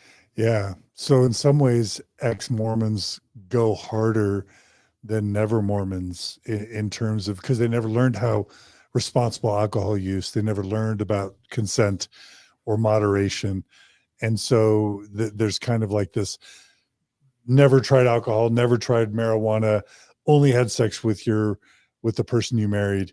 And then you leave the church, and then you can, or question the church or doubt the church, or even you're still believing, but you can no longer live up to the standards. Mm-hmm. And then you just swing to the other, no pun intended, you swing to the other side in more radical ways than never Mormons are like, what is up with you? What is up with you Mormons? And What then is a up with you couple years ex-Mormons? later, when your Yeah. life is in shambles, I'll see these people go back to a Mormon ward. Yeah. Or you'll even see this in Christianity. You'll see these really big stars that have been way off in the deep end. Justin Bieber. I wasn't going to say any names. Russell Brand was one recently yeah. too, where because they find Yeah. no tools out there, they essentially then get rebaptized and they jump right back on into the religion. And then after a while, they'll see them kind of, they'll be repressing things, and then that'll come out, and they'll have a bender for a weekend, and you'll see them in rehab. And I see people really go through, it's a cycle that people go through even outside of Christianity. But when your only tools in Utah County is Mormonism, it's incredibly problematic, because then you're always swinging kind of way out, and your life can be really chaotic, and then you come back for a little bit, and then out and back, and it's really tough to build a life that way in a healthy way, because you're swinging back and forth rather than finding actual healthy tools and education for building a life that isn't dependent on Mormon beliefs. And part of what's dark and insidious about it from the church's perspective is they kind of win either way. If you're ultra devout and committed, they win. If you leave faithfulness and become extreme in your behavior on the other side, then you're the cautionary tale they can point to and say, look how bad those people are who left the church. Don't leave Absolutely. the church, or you'll become bad like those other people. And then if those people, again, fall on really hard times and then come crawling back to the church faithful again, because they are now the prodigal son or daughter that's returned, well, now the church has won again, because now they're able to come back and tell all the young men and the young women, don't be like me. I was doing really bad things, and now I'm back and I'm faithful. And so the church, and that's where I always say the church has monetized sexual shame as sort of its secret ingredient to financial success. Now, Britt, I don't want to keep you when you got to go. Can you plug your book and your podcast and your TikTok channel really quick? Sure. So you can find me anywhere at No Nonsense Spirituality. I have a book for tools on how to build a healthy spiritual path. If that last little bit that I was talking about resonated with you, you can find me on TikTok. And thanks for having me, John. And thanks for the conversation, guys. And you do coaching as well, right? For I those do who coaching need as well. support. Okay. Mhm. All right. And I'm mad at you for leaving early. You lose 2 points. You'll forgive me. I will. Thanks, Britt. It's always awesome. You take care, and Bye, Britt. we'll see you soon. Bye. Bye, Britt. Did y'all have any other reactions to kind of this, or should we move on? I was just going to say really quickly that I feel like Mormons have been really against this show for the most part. I've had pretty negative responses, feeling like this does not represent, my church. But I feel like, especially in the first couple episodes, they should be feeling very empowered by the story of Taylor that we're seeing, because I feel like it is kind of the archetype that you were talking about, John, of, everybody knows that, every ex-Mormon that you talk to says that they tell their parents that they left the church, and their parents say, oh, you're going to go do these bad things. It's just a phase. And then you'll come back once you realize that you need stability, once you have kids, and, you know that your children need to have something stable. Like, I do feel like Taylor's journey really falls into that trope that so many people will talk about. Yeah. All right. Well, this has been great so far. We've got 1,500 people joining on the live stream. Welcome you all. Again, Maven is going to be starring the comments and the questions. We would love to take some of your comments and questions. Please do subscribe to the channel on YouTube, Mormon Stories Podcast, and like this episode. That'll help with the algorithms. We always appreciate the super chats and the donations. Let's dig in to the plot, to the basic plot of episodes 1 and 2. Is that all right? Yeah, Let's do it. Okay. So it starts off with, a discussion between Taylor and her mom. My wife Margie felt like the dynamics between adult children and Mormon parents were really interesting. In this case, Taylor was talking to her mom, basically telling her mom that she's pregnant. And, and then eventually that she and Dakota are probably going to be an item and are going to be moving in together. What do y'all want to say about Taylor's conversations with her mom? Throughout the entire episodes? Yeah, we can hit that now. Yeah, it is interesting. I totally agree with Margie, as always, that there is this expectation for adult children to be constantly seeking approval and permission from their parents, and how that doesn't really stop. And that seemed to be the case with Whitney as well. And I found it really interesting just how nervous Taylor was to, a woman with 2 children, how nervous she was to talk to her mom about, this boyfriend, and taking aside, the complexities of Dakota. I know that is a different can of worms, but just her saying, like, I might be pregnant, and just how devastated Taylor's mom was. And she said, you're stupid. I'm disappointed in you. Those were the words that we saw. It was a very interesting dynamic to see, for sure. Sam, what do you think? I've met your mom, and you weren't raised Mormon, and your mom's never been Mormon. And I've never met your dad. But I mean, as an outsider, as someone who understands non-Mormon parenting, do you have any insight on the parenting, adult children parent relationships in the show? Well, I suppose Taylor's mom, to me, they sort of seem to have that dynamic that is somewhat familiar to me within Mormonism, where it's almost like the mom is like an extension of like the child's friendship group. Like, I think it was episode 2 with the baby shower. So maybe I'm jumping ahead, but just like the mom calling Whitney to be like, why aren't you at the baby shower? It felt familiar to me, like where the mom is like just weirdly part of it in a way that, like my mom would like not get involved in I just like have a non-Mormon mother. That doesn't mean that she's like the pinnacle of anything. It's Sam's like, mom is the pinnacle. But yeah, I don't know. And then there was a moment where Taylor was telling her mom how she'd got through this probation period where she was having to go to a meeting once a month, but now because she'd completed that stage of the process, now it was every 6 months. And she was sort of telling her mum this, kind of looking for her mum to give her a little pat on the back and be like, good for you. I'm glad we're on to the next stage. And her mum just was like, well, we shouldn't be going at all. Like, just again, pointing out like this shouldn't have happened. And it's like, yeah, no shit. Like, obviously Taylor's not like happy that the arrest happened and all that, but it's like she was wanting to share progress with her mum and like, I assume, feel validated or supported. And the mum was just like, I don't know, just still. Yeah, I felt torn. I didn't love the mom at first. She would do these little digs like, you should have never got pregnant in the first place. We shouldn't be here. She was pressuring, like Taylor saying, Dakota's going to move in with me. And the mom's like, that should only happen if you're married. Like, what an awful thing to pressure someone who's already shown probably some struggles with mental illness or something, has already had serial relationships that weren't healthy, presumably. And then to like say, you better hurry and marry that guy who's the father of your current child, rush into another marriage because heaven forbid you would be living together and not be married and having sex. Like, isn't that troubling when a parent is more concerned that you're married because you might have sex than they are that you actually marry someone who's compatible and healthy for you? I Yeah, found exactly. it so troubling how lightly they seem to take like the mum of it all. Like it's called MomTok, but they're not really, they're really just like these teenagers developmentally, or like these, they're supposed to, I mean, they are mothers, but they're so clearly just like women who are desperate for individuation outside of the role of mum. And it's just coming out in like really strange ways that just make you think like, should these people be mothers? You know?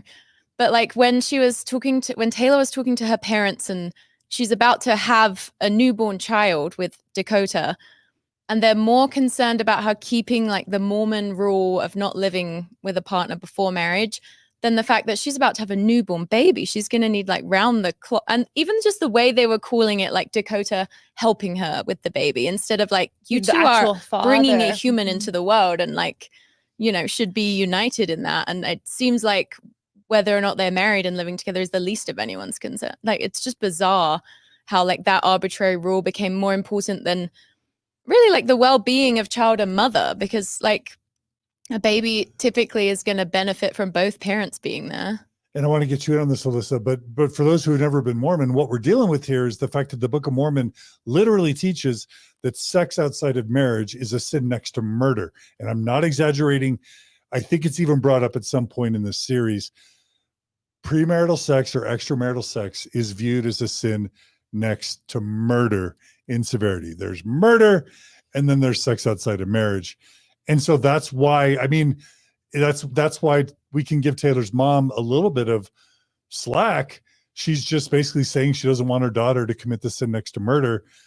You know, so Alyssa, any other comments about that? I was just gonna say the main reason why I give both Taylor's mom and Whitney's mom a little bit of slack is just the fact that they are on this show anyway, when it's the daughters that are, you know, internet famous, and obviously they agreed and consented to be on the show and be filmed, but they have much less, you know, they're much less used to comments, used to kind of like persona. And so I am trying to go into this giving grace to the women who like found themselves on a reality TV show because of their daughters' jobs.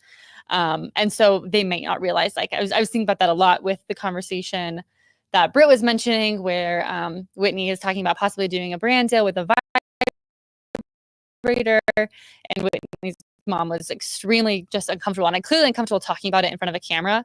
And I was thinking, you know, she's probably uncomfortable in front of a camera anyway. And so then adding these sensitive topics, I think is, you know, it's a lot. It's, you know, especially early on in a season, they're probably still trying to kind of juggle what character they want to present anyway. Yeah. And I feel like Taylor's mum's kind of, well, what to me read as a little bit harsh, or, you know, she's just constantly wanting to reinforce that like you should be doing the right Mormon thing. I feel like we can all empathize with that being such a classic Mormon parent strategy of where, you know, the church has taught you this is how you teach children, this is how you keep kids safe.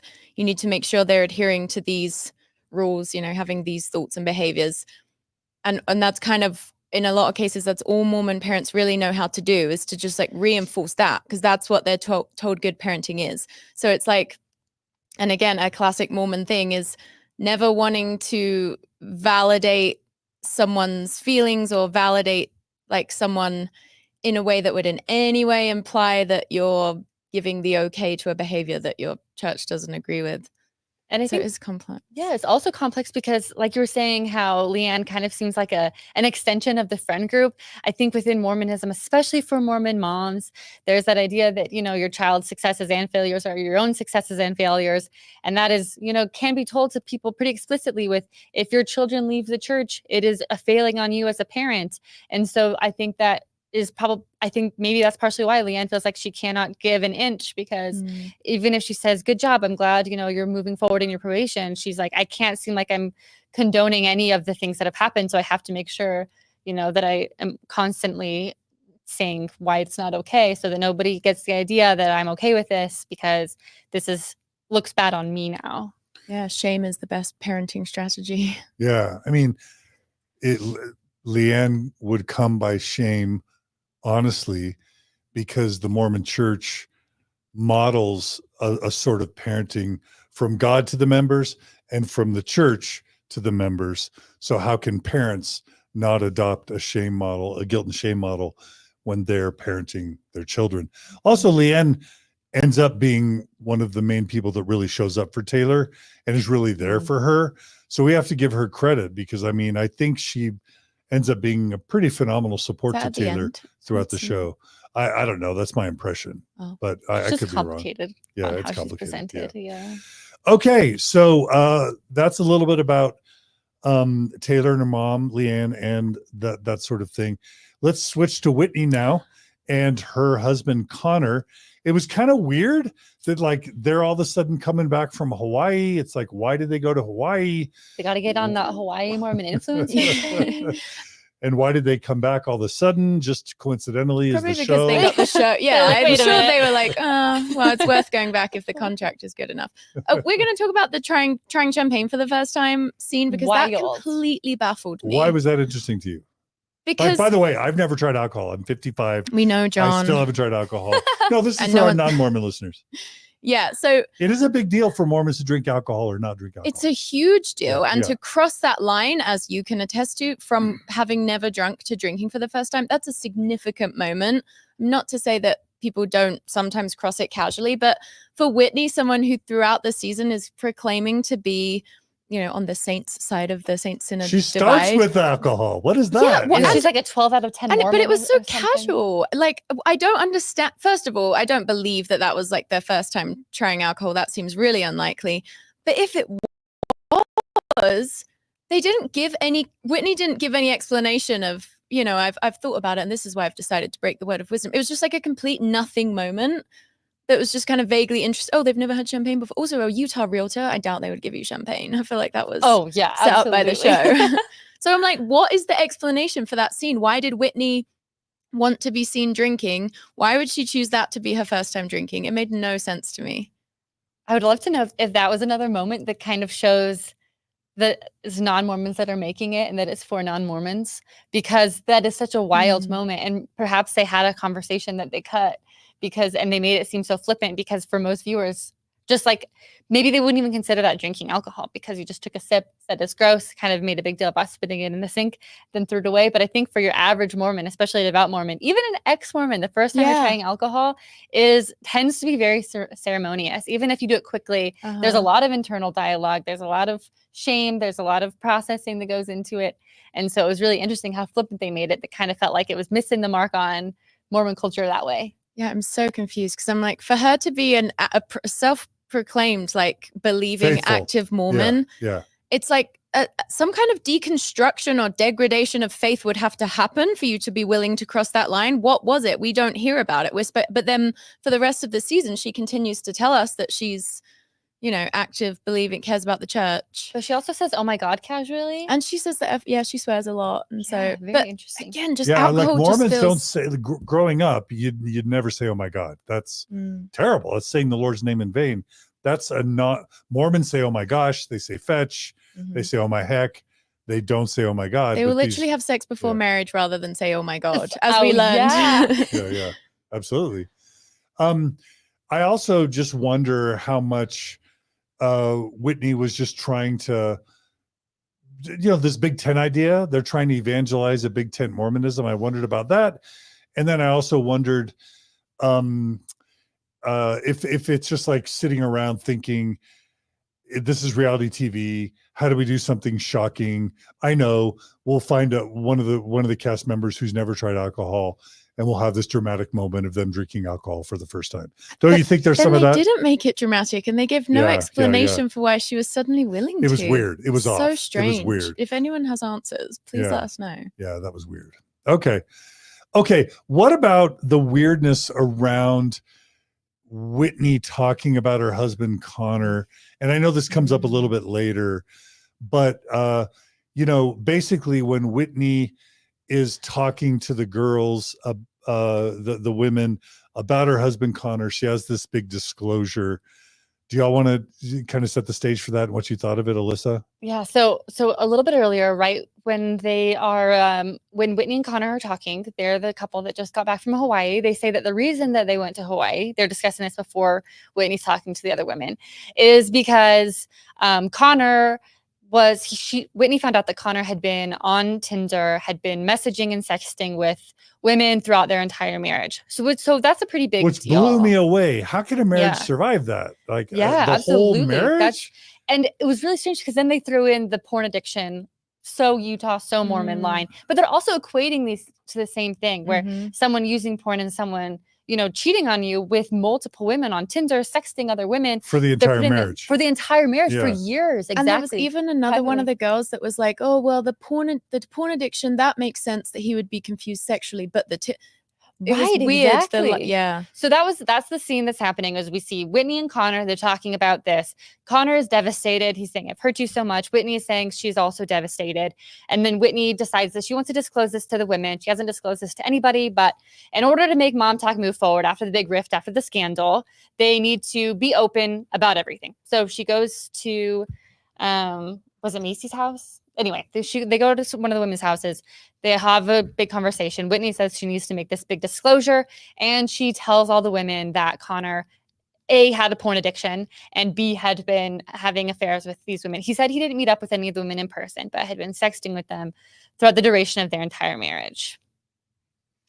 Yeah. And I mean, the porn stuff, it's a huge problem in Mormonism. I've already mentioned that it's been shown through like Pornhub stats or whatever, I'm not sure where, that like for some weird reason Utah leads the nation in paid porn use per capita.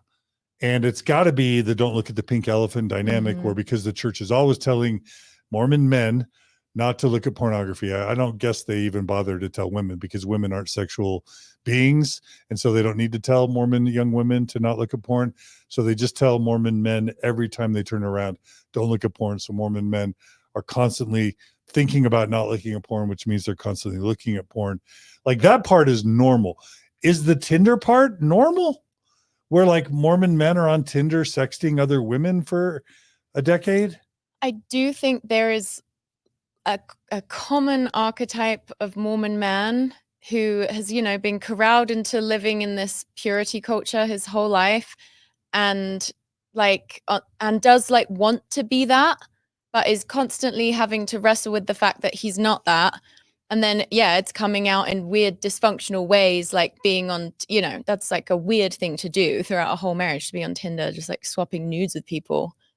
But I do think it happens. It's like, just because even if you strongly believe in the ideology and like want to be sexually pure, it's just like, because the church's ideas about sexual purity are so rigid and in some ways arbitrary, it's like, we're Homo sapiens, it's gonna come out in weird ways. Like, people aren't going to be able to just like neatly contain that part of them.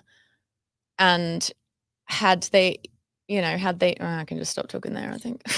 Yeah, I mean, I think it's very common for Mormon men to be looking at porn. We've just established this, and I think it's hiding it and lying about it and feeling deeply shamed about it. And it's less common for Mormon men to be having affairs on Tinder for years and years. It does happen, but I wonder if part of this dynamic, not just for Connor, this person we don't really know, but just the ways that these things happen, I think is partially because in Mormonism we have such a black and white mentality on everything that, and this kind of goes back to that boundary conversation we had a little while ago, that we have a really hard time being able to differentiate in level of severity. So as soon as someone sins, and this is a conversation I've had before, when I was LDS, people would say, oh, well, like, we already did this bad thing, might as well do this X bad thing, because everything is kind of across the line bad. And so if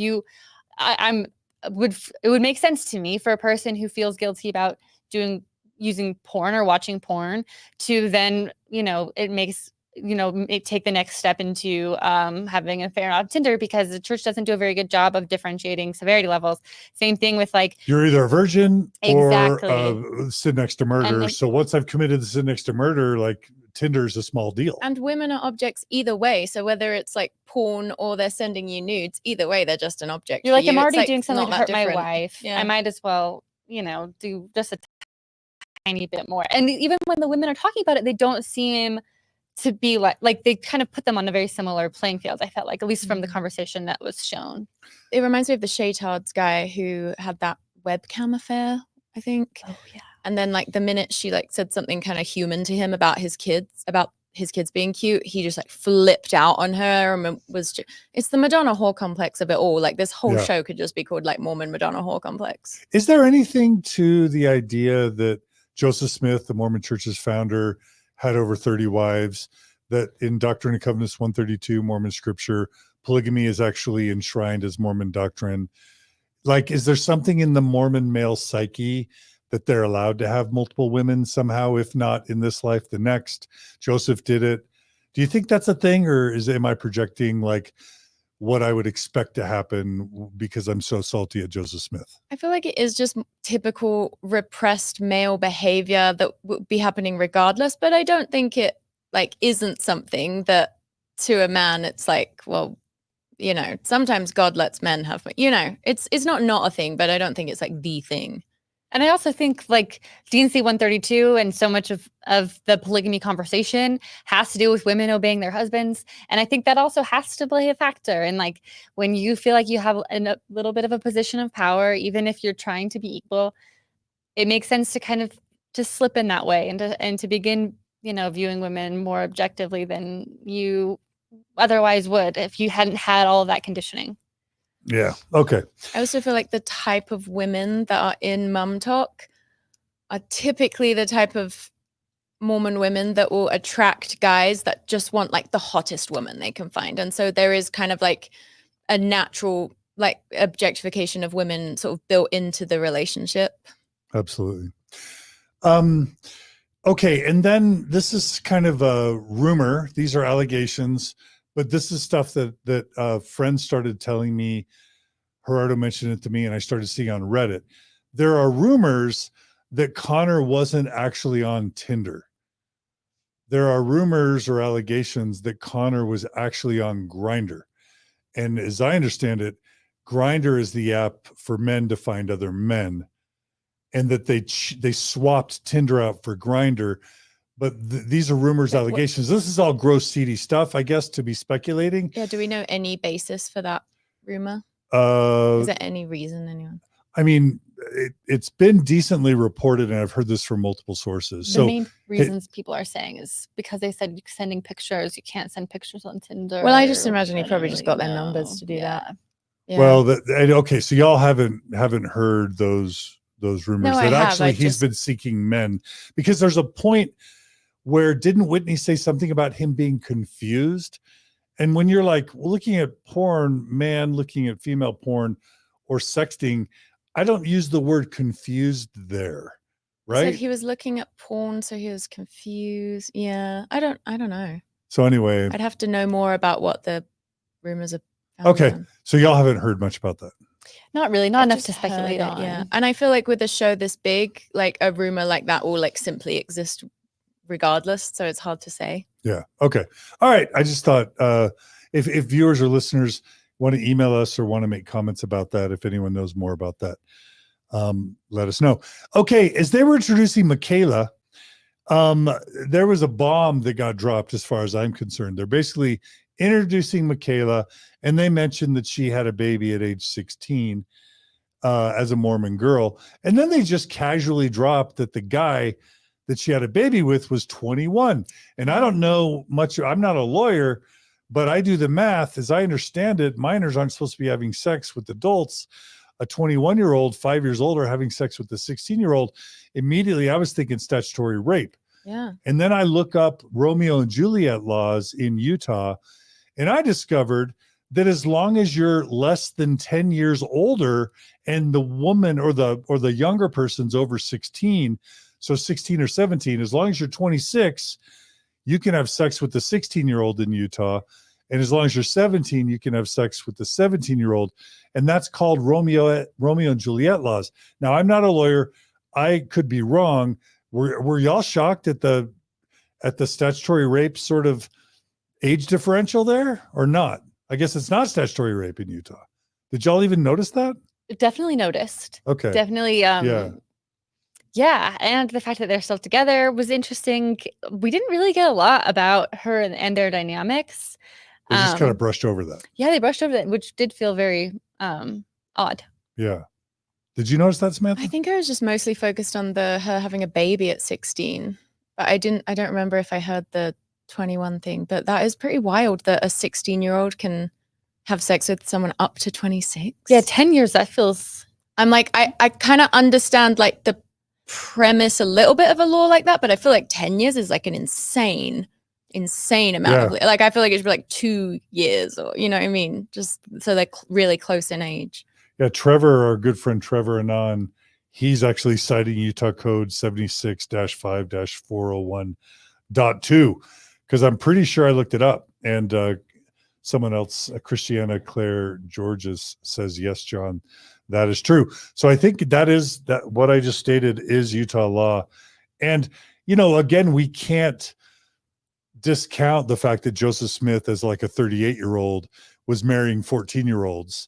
He wouldn't fall under Romeo and Juliet laws. Well, no, but I mean, if a state was going to have lenient Romeo and Juliet laws, the state who's the founder of the predominant religion in the state was a 38-year-old marrying 14-year-olds, you might think that state is going to be the most lenient. Yeah. And I think it is the most lenient. I think that's just a good example of how there's just echoes of Mormonism and church history throughout so much of this story. Yeah. Even these quick things that you might not expect it. Yeah.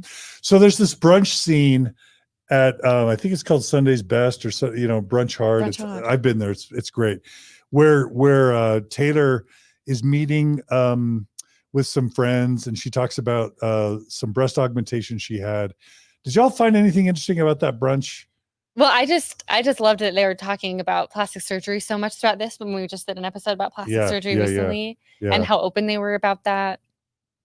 Didn't one of the women touched the other woman's breast in the restaurant? Did y'all notice that? Yeah. Does that happen normally? Is that a thing? I feel like that's normal. Is that normal? That's It's just gals Okay. feeling a new boob job. Okay. It's not a big deal. All right. As a repressed Mormon man, that was shocking to me. So I'm just gonna confess that. All right. I'll see my therapist about that. There you go. All right. So Whitney and Connor. Oh, we already talked about that, and the porn addiction, the sexting, Whitney revealing. What did you guys think about Whitney revealing what to her friends was such a traumatic thing, her reveal about Connor, and then Taylor immediately just following it up with her ectopic pregnancy? Did y'all think that was off? Did y'all think that was interesting? Clearly Whitney was upset by it. I couldn't quite tell because it didn't seem like Taylor was uncaring, but I feel like Taylor maybe just thought like this was a girls' hangout we're all sharing right now, was kind of the vibe I got. But maybe Taylor wasn't cluing in on the fact that to Whitney, like this hangout was happening to be like her thing, I don't know. I couldn't really tell, but the other girls described them both as being kind of alpha.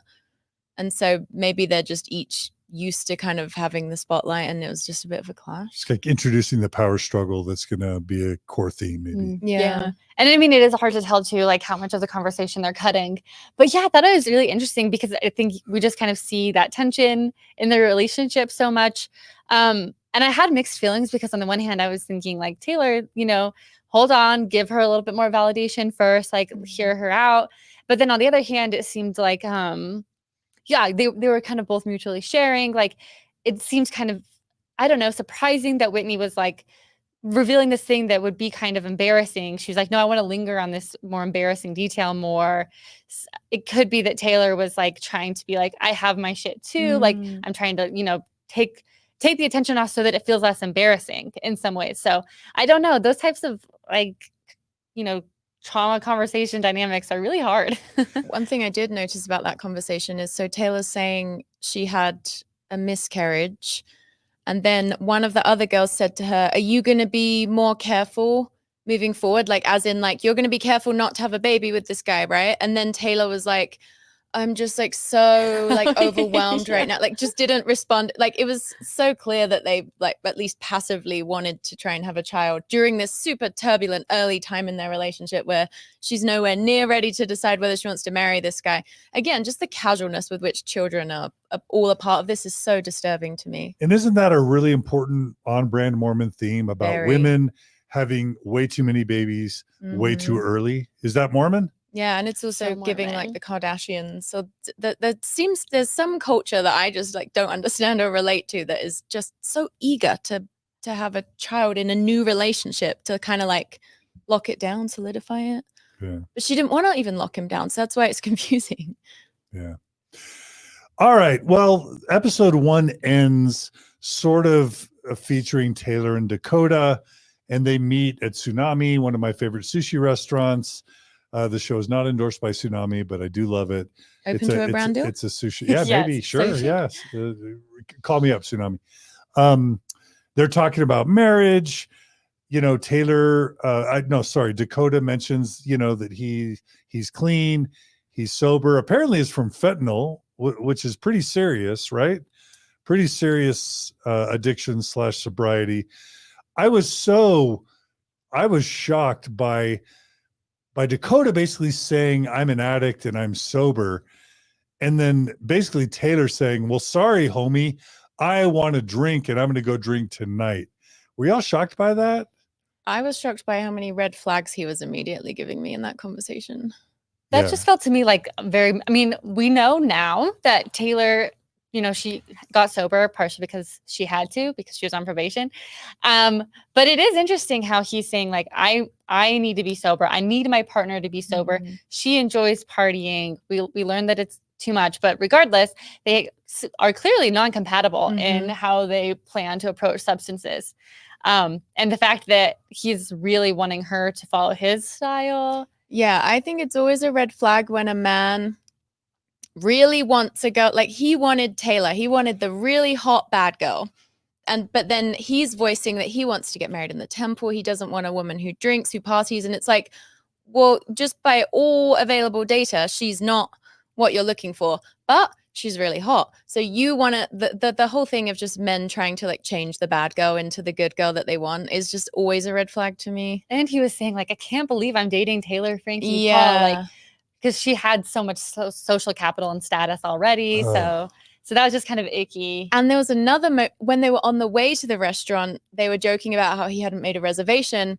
And she made a joke about how she was going to get them a reservation by being like, I'm the Mormon swinger on TikTok. And then he said, oh no, don't say that. Like he responded to her joke about being a swinger by saying, oh no, don't say that. And it's like, she is the Mormon swinger from TikTok. That's who she is. Like, what do you mean don't say that? Again, it just feels like a whole, just the him trying to change her, you know?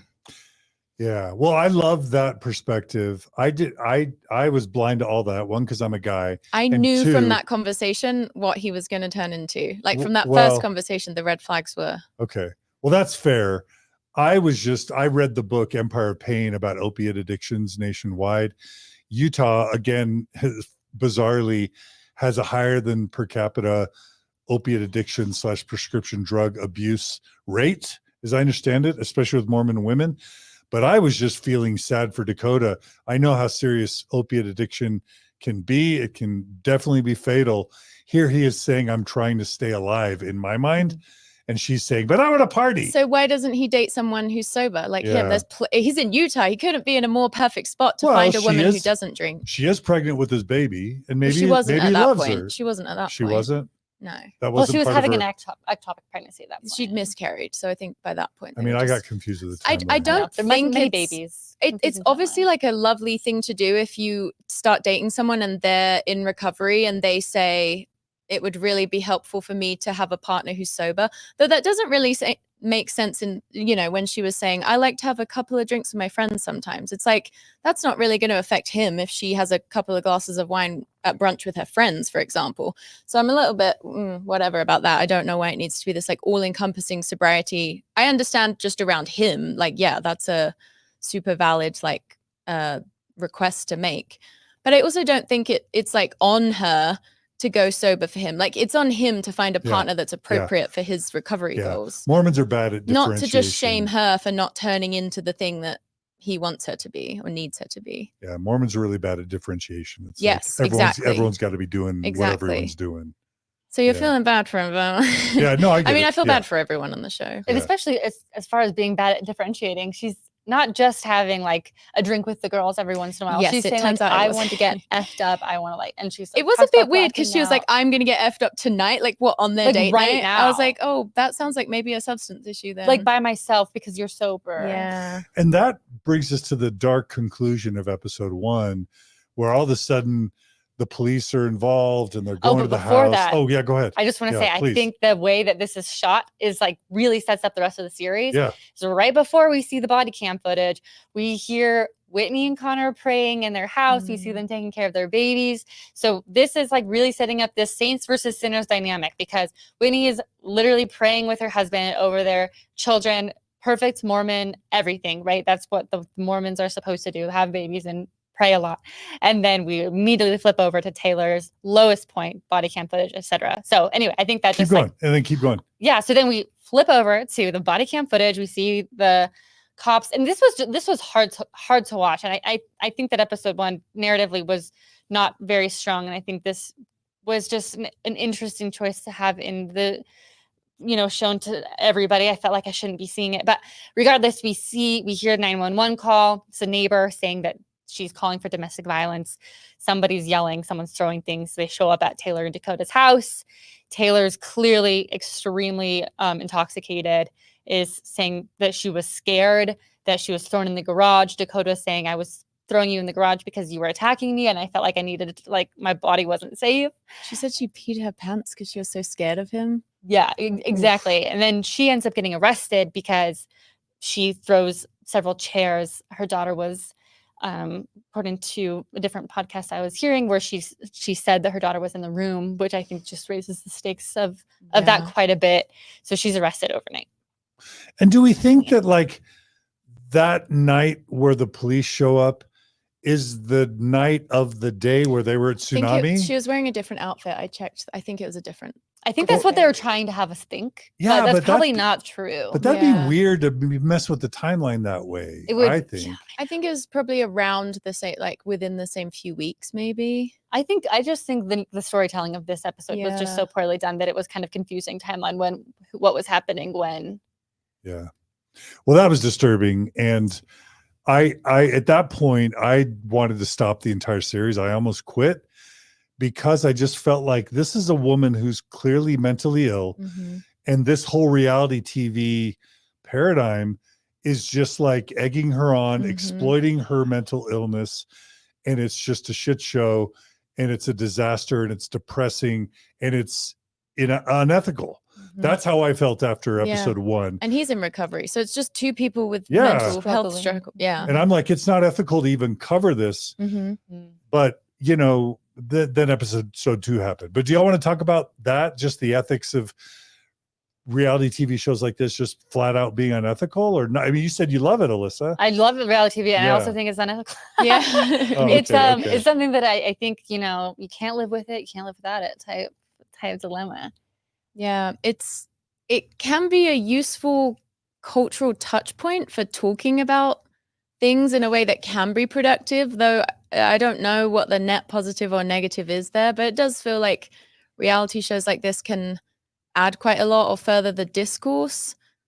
But yeah, I was having that same thought after episode 1 of like, these are all just like immature people having their emotional immaturity exploited by these TV crews. And they did sign a contract, and I assume they're getting a lot of money out of it and have decided it's worth it for themselves. But it definitely does have that quality of like, which I suppose a lot of reality TV can have, but of where you feel like you're privy to something that they haven't realized about what the show is revealing about them. And that is like always an uncomfortable feeling, and just feels like they all need to be in therapy.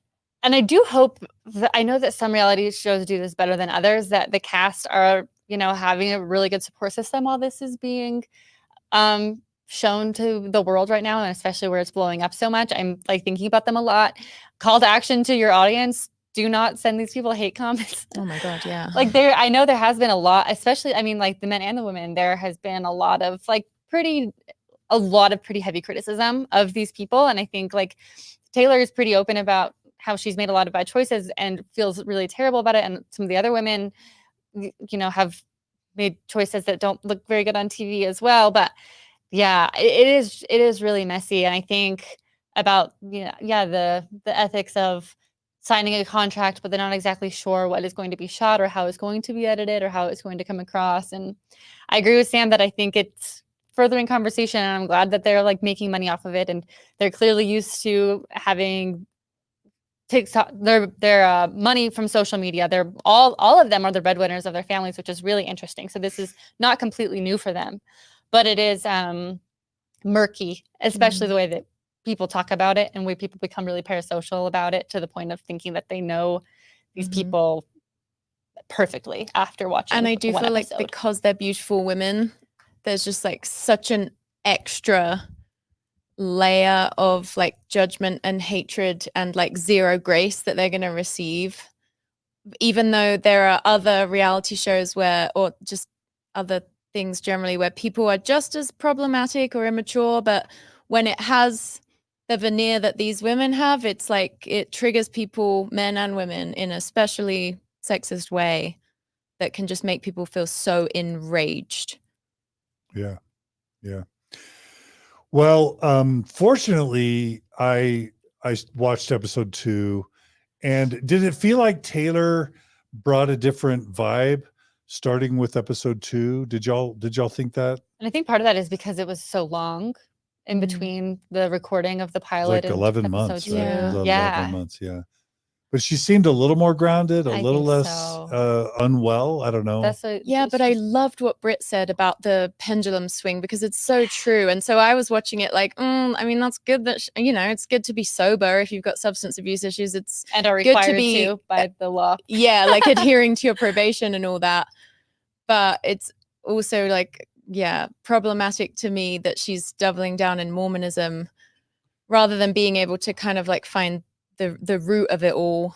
Yeah, because when she comes back, she gets in a disagreement with her mom. Her mom's mad that she's pregnant. And then she's pregnant. So I'm like, we're saying, oh, it's good that she's sober, but it's like, to me, it's worse to bring a life into an unstable home situation than it is to even be an alcoholic. Do you know what I mean? Like, we're talking about like a new human life here that she's brought into the world like casually. That to me is like the greater sin. Not that I'm, no judgment to all of it. Than like, oh, good, she's not drinking, but like, I feel like one thing that, at least so far in the episodes, that I would love to see discussed more is like the phenomenon of young moms. And I am glad that like they're not showing a lot of the children, like that they're keeping their privacy. But I do think kind of being able to explore like, what does it mean to be like, moms, I think, have had a stigma for so long that you can't be sexually active, even like you can't have any sort of sexuality as a mom, right? You need to be very uptight and put together as a mom. You need to be stable and have everything perfect all the time in order to be a good mom. And so Whitney in episode 2 said that she doesn't want to feel only defined by motherhood. And I think that's a very real and very common feeling for a lot of women, especially Mormon moms that are young. And at the same time, I would love to see if we could have some of that conversation on this show or outside of the show about how it is that you can like offer a healthy childhood while you're also kind of like trying to discover and differentiate yourself. And I feel like that's just such a complicated element of all of this, is trying to find your own identity while also still like being a healthy parent. And especially where at this point when Taylor's unstable and there has been a little bit of concern for her children at this, early on, it's hard. Yeah, you can see how desperate they all are to individuate, but they're still so confined by their patriarchal culture. And then you're seeing how emotionally immature they all are, and you're like, well, that's their children can't rise above that. I mean, that's like the best their children can hope for in terms of emotional attunement. Like, it doesn't look great. In some ways, it's children raising children. Is that fair? That's exactly what the show feels like. Yeah. And hopefully some of that's coming off, like they're trying to add the drama. I'm just hoping that they're acting differently when they're in their houses and they're their own their moms outside of the show. But the way that it comes across right now, just from what we see is, definitely feels like children raising children. And I was bummed to see her get pregnant after the miscarriage. And 11 ectopic months pregnancy. later. She had 2 pregnancies and then a 3rd pregnancy. Oh, wow. So she had an ectopic pregnancy and then a miscarriage. And then I this thought pregnancy. she was saying she didn't know whether it was a miscarriage or an ectopic pregnancy. Well, that's the thing, that's part of what happened in that 11 months. So she had an ectopic pregnancy first. Okay. And that's the one she was referring to. And then she had a miscarriage. Okay. And then this pregnancy. Okay. So it seems like she just kind of wanted to possibly, Seems like she wanted to be pregnant for probably wanted to be sure. Yeah. And when she was asked about it, she wasn't like, I'm going to start using contraception. Yeah, And she's like, no. And it's worth saying that we've already kind of said it, that in Mormonism, a woman's role, a woman's divine purpose is baby making. It's not to have a career. It's not to get an education. It's not to perform service to humanity. Women are baby makers, multiply and replenish the earth. Is that the defining trait for women in Mormonism, or am I making that up? Yeah, 100%. And I think when we as humans feel trapped, it's so common for us to invite or create chaos as almost a weird like psychic way of trying to like escape or like reach something new. And I feel like her clearly wanting, or at least being okay with bringing a child into the world is maybe part of that. And and that it's the whole thing of, I mean, how often do people have another child to try and like stabilize and a especially relationship? because, within Mormonism, that is what you're saying, John. It is the epitome of what it means to be a woman. And that is both implicit and explicit in Mormon doctrine and in Utah Mormon culture. For centuries, that is the defining point of being a woman. And it would make sense too that in order, if you're feeling, not Taylor specifically, but like any woman is feeling lost and confused, achieving the role that everybody around you is saying this is what stability looks like, it makes sense for that to feel appealing. Like, even especially if you have children, you're thinking, I kind of already know how to do this. That is a symbol for a lot of people of purity, of grace, of perfection, of female divinity is pregnant moms, new mothers, babies, especially like this young infancy, this like bringing life into the world. And so it isn't surprising, I think, that could be a way that you would maybe feel like that's how you can get out of a rut. Whether or not it works or not depends on the person. Yeah, and if she's feeling like her whole community just views her as so wretched because of what happened in that arrest, which to us is like, that's like a mental health issue. That's so sad. It's so much more complicated than just like, you suck. Yeah. But like if she's just feeling like a wretched woman, being with child is a great way to sort of suddenly be put on a pedestal. You're and now receive an angel. care and compassion that you wouldn't otherwise be receiving because you wouldn't be deemed worthy of it. I mean, isn't it odd how angry Mormon grandparents are that their children would be pregnant out of wedlock, but how excited they are to have grandbabies? Yeah. Oh yeah. Right? Yeah. It is so literally one day to the next. It can change so dramatically. It's like, sit next to murder. Thank you for my grandbabies. Give me when's more. the next one? When's the next one coming? Yeah. That's the thing. All right, let's go to the scene where all the cast characters are bemoaning the fact that Taylor's run-ins with the law and the swinging thing, those things are affecting their brand deals. Y'all want to talk about that? Like, was that okay? Was that normal? They're business Hate when women. swinging affects your brand deals. Yeah, classic. It's happened so many times. But also her incarceration, right? It's like, I only got one brand deal in November and none in December. Everyone's done a lesser brand deal. Anyway, what'd you think, Alyssa? I mean, it makes sense, I think, for them to be concerned about that, especially and they were talking about how this is the Saints group. We're talking about how Taylor's image and was really affecting MomTok and giving everybody a bad view of MomTok. And especially where Taylor is the star. She has by far the most followers, and she is presumably the least Mormon to a lot of viewers. I can see how that would make the more Mormon women uncomfortable, especially if you are the one that is providing for your family. So I saw that as just like, you're doing a little bit of shit talking or feeling frustrated. I could understand why they were feeling a little bit ornery about it. And then that takes us to that whole segue into Whitney being offered a $20,000 deal to promote a vibrator. Are vibrators in Mormonism a thing amongst Mormon women? I can say I don't think that was something in my mother or my sister's No. Mormon experience. So what do you guys think? I was pretty shocked that these women of this young generation were still so averse to doing. Like, I just feel like you're married women. So is it, so you promoting a sex toy to But me Mormon almost brain. feels wholesome. But Mormon brain, Alyssa, does your Mormon brain incorporate young Mormon moms using vibrators? No, No. especially not publicly. I did. Yeah. I mean, especially where Whitney's talking about how she's so progressive and kind of like what we're talking about before, how maybe they're not that progressive. And I'm really curious if that's one of the things that has changed a little bit socially over the past like 4 years. But I do feel like vibrators have been, whether they're used or not used, and I think probably much less, at least not talked about, still a stigma, if not a complete no. Definitely not That's true. promoted. Because later on, we found out that it was super scandalous that one of them had sat on her husband's face. Yeah, That was like a whole what? storyline. This married woman. Exactly. This married person with children. Yeah. Well, it was just 3 years ago, 3 years ago that Natasha Helfer, the most well-known Mormon sex therapist, was excommunicated from the Mormon Church, not for apostasy, not for adultery, not for swinging, not for drug use or whatever. She was literally teaching that masturbation was okay and teaching healthy sexuality principles. And she was literally excommunicated from the church. So we've gone from like just 3 years ago, the most prominent Mormon sex therapist getting excommunicated for teaching that masturbation's okay, to self-identified faithful Mormon women hawking vibrators in a brand deal as faithful Mormons, sort of like, God, we won't be excommunicated. I mean, it was Whitney herself sort of just like waving to the Mormon church leaders, I won't be excommunicated. They won't come after me for this. That's a totally different Mormonism than even 3 years ago.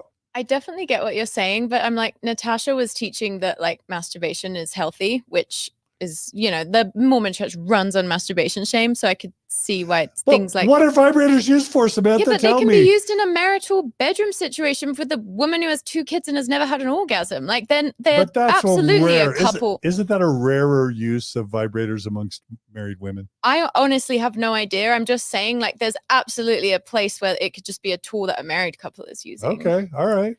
And I think still, like, I think what really comes down to why Whitney is really confident that she would not be excommunicated is because she won't say anything negative about the church, anything that where Natasha was confronting church teachings. Whitney will not do that. And Whitney's saying, this is actually totally okay within the church. This is fine. But even then, a lot of the women that I found was really interested in this conversation was they still felt uncomfortable talking about it. They were unsure whether or not they would promote it.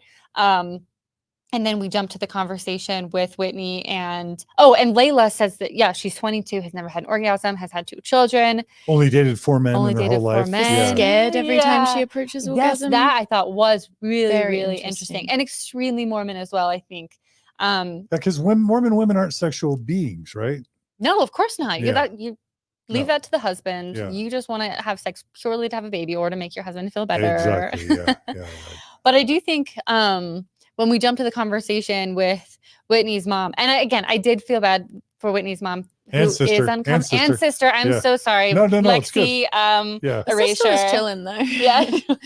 That like they seem super uncomfortable with this Yeah. conversation. Yeah. And it's understandable because this is on, television that's the #1 on Hulu right now. So I can kind of see that discomfort. But the mom made a comment that I thought really resonated with a lot of Mormon women. Let's see, what did she say? Oh, I guess we've skipped ahead a little bit where that conversation goes. But she said something about like vibrators. You don't want to promote a vibrator because, once you start seeking pleasure, you never really know. She kind of alluded to it getting out of hand. Yeah. Which I thought was really interesting. And that like really settled in on that's the whole Little Factories. So Mormon Apostle Boyd K. Packer once published a pamphlet called like To the Young Men of the Church or whatever. And he gives this metaphor of like a factory. And he says the human body's like a factory. And what he means is it produces sperm. And that if you masturbate too often, it gets the factory running too hot, producing too much sperm, and then that will lead to, I think, premarital sex and then being gay and raping people. Like that's Boyd K. Packer's little factory metaphor. And so Whitney's mom would be coming by that, honestly, that logic, right? Yeah. Yeah. It was not a surprising comment. It did not seem like, oh, this mom is so out of touch. It was like, yeah, that feels like pretty Mormon. And Whitney knew that too, because she was nervous. She mentioned quite a few times that she was really nervous about what her family would think, which ties into what Margie said a while ago, that adults tend to really care about what adult parents care about what their adult parents think a lot and are constantly seeking their approval. And that's what Whitney is doing here. And as much as she's saying that she is wanting to break the mold and to be more sex positive in a monogamous marriage, there is still clearly some discomfort because her friends are still a little bit uncomfortable with it. She's worried about what her mom is thinking. So even in a sense of trying to be empowering, it's still new and murky, and she's not even sure she's going to take it, at the start of the conversation. Do we know if she did the brand deal? Do we even know? I don't know. I thought she said she was going to, but I don't or know. Was the TV show her brand deal? That's fair, actually. Did they show? I don't know if they saw. I didn't notice the. I mean, they blurred out the brand. It was Alyssa. Yeah. Oh. Yeah. I don't have a brand deal with them. Are you? Have you? They didn't give me 20 grand. Like, hello. You got to up your game, Samantha. I know. All right. Well, sexual dysfunction and women not viewing themselves as sexual beings, let alone enjoying satisfaction in sex, is absolutely a Mormon thing. Even though I feel like a vibrator could potentially serve the patriarchy in this context, because if your wife is never having an orgasm, it's like, you got to do something to keep her around. Exactly. Yeah. Yeah. Or she's going to go to Vegas. Yeah, exactly. Meet a Chippendale. Yeah, that could happen. Stay tuned for a future episode. All right. So then it goes to, we've already talked about, the parents and Taylor getting married, and the parents being mad at Taylor and wanting her to marry Dakota and push her into that marriage. What did y'all think about the way that the dad, Jeremy, talked to Dakota? As soon as I saw the dad, I was like, this explains a lot. Trying not to do reality TV judgment, but I allowed myself just a little treat with the dad, where I was like, oh, I can imagine the type of Mormon bro you were back in the day. So you're saying Jeremy's Mormon lameness maybe led to Taylor's rebellion? Well, I wouldn't say lameness, but he just had like that Mormon douchey Mormon bro vibe. I'm just peacocking being kind real. This isn't the most conscious take. I'm just saying that's how he read. What were you saying, Alyssa? Oh, I just said he seemed like he was like peacocking for at least like presenting as this like macho dad character that was like, you knock up my daughter. Meanwhile, he's talking about a nearly 30-year-old woman who already has 2 children. And when they interacted, the dad and Dakota, I was like, these guys are cut from the same. They're the same. Like they're vibing, honestly. And this is, there can be plenty of very valid, and it is plenty of good criticism about the relationship. Maybe there's problems there, whatever. But just like the way that he came in and the way the parents kind of were just like so appalled at the thought of him moving in when she's literally about to have a baby, and the way he kind of gives that like protective dad speech as if it was like a 15-year-old girl on her way to prom. It just and felt these 2 guys just talking about this woman as an object, where the guy's like, I don't want a revolving door of men hanging around my daughter. And it's just like 2 men talking about which one of them owns her more. Exactly. All I felt like. And the dad was thinking, I don't want my daughter to have multiple sexual partners. Yeah, of course. Which they said at one point, the dad or the mom, like, well, you've already had, 2 baby daddies now. So like you need to marry him now, because can't imagine the shame of, three baby daddies. Exactly. Yeah. Rather than like, let's see if like that didn't seem to be much conversation that we saw about whether the relationship itself was healthy. It just seemed more just on that trying to stop this woman from having sex. So true. Yeah. Wasn't like, what's going to be best for my daughter as she's navigating having a newborn. Yeah. But I mean, if the average Mormon parent didn't necessarily marry for sort of true love, best friend sort of thing, if they married because they were told, go on your mission, get home, marry as soon as possible, and then have as much kids as possible, and because you were engaged for a month or 2 and you knew each other 4 to 6 months before you got married, which is most of the people I've interviewed on Mormon Stories, by the way, like a 10-month engagement which was mine and Margie's, is super long. Yeah. Most it's 4 to 6 months max. These people don't know each other, but parents, that's going to be what they encourage their kids to do. Their parents aren't going to say to the kids, become best friends, live with each other for years, get to know each other really well, then consider marriage. And then if the marriage goes really well, then consider kids, maybe in your early 30s. No, it's get married as soon as possible and then make me as many grandbabies as you can. Right? Is that the deal? All right. The episode 2 ends with Taylor's baby shower, and Mayci is kind of, I'll just swear, shit talking Dakota, right? And she was Taylor. right to do it, I think. Why do you say that? You're not a Dakota fan? No, he had red flags from the first conversation I saw him. You don't think he's sympathetic? Well, everyone's like, what do you mean sympathetic? I don't know. Like, nice guy? No. No, I think he's just a patriarchal bro who's like probably abusive and toxic. And apparently when he gets into a fight with her, like he immediately goes to like whore, slut. It's just like that, again, that classic thing of going for the hot bad girl, trying to change her into the good girl that you want, because you just see her as an object and it's not at any point like really seeing her humanity. But you have to believe Mayci to believe that story about Dakota. Well, no, you see evidence of it in him. I saw it from that first conversation at Tsunami, your favorite sushi restaurant. Yeah. Tsunami, please sponsor. Are you a Dakota fan, Alyssa? I'm not a Dakota fan. Okay, why not? I agree with Sam. Red flags right now, just in the context of these first 2 episodes. I think he's giving hints of controlling from the things that we see. But I did really like. I think there can be a little bit of controversy about Mayci talking bad about Dakota, about your best friend's partner. But I liked that she was open enough. And I think she wasn't, within the context of these first 2 episodes, she wasn't telling Taylor, I love your boyfriend, I think he's awesome, and then shit talking him to everybody else. Yeah. I feel like she was representative. She was a true friend. Exactly. Of the type of friend that is like, hey, I'm seeing red flags here. I want you to be okay. This is what I see. I support you. I trust you as an adult person, but I just want to like offer some insight that maybe you're not noticing. Yeah, I felt like she was healthy and mature and differentiated about it. She wasn't like, I don't know, she wasn't like insistent. She was just kind of like, I'm noticing this and it's very concerning. Yeah, I feel like Macy's emerged as like, just seems like one of the best girls out of the group. She seems to have her head screwed on. Just to like really cement that I like reality TV, it reminds me of the relationship between Janae and Serena and Leah on Love Island USA season 6. Go watch it; it's fantastic. We're huge fans. Yeah, Sam and I. Love Island USA. If you're watching this, please sponsor us. Rob, if you're watching, yeah, Rob. Well, we were both going to be you for Halloween this year.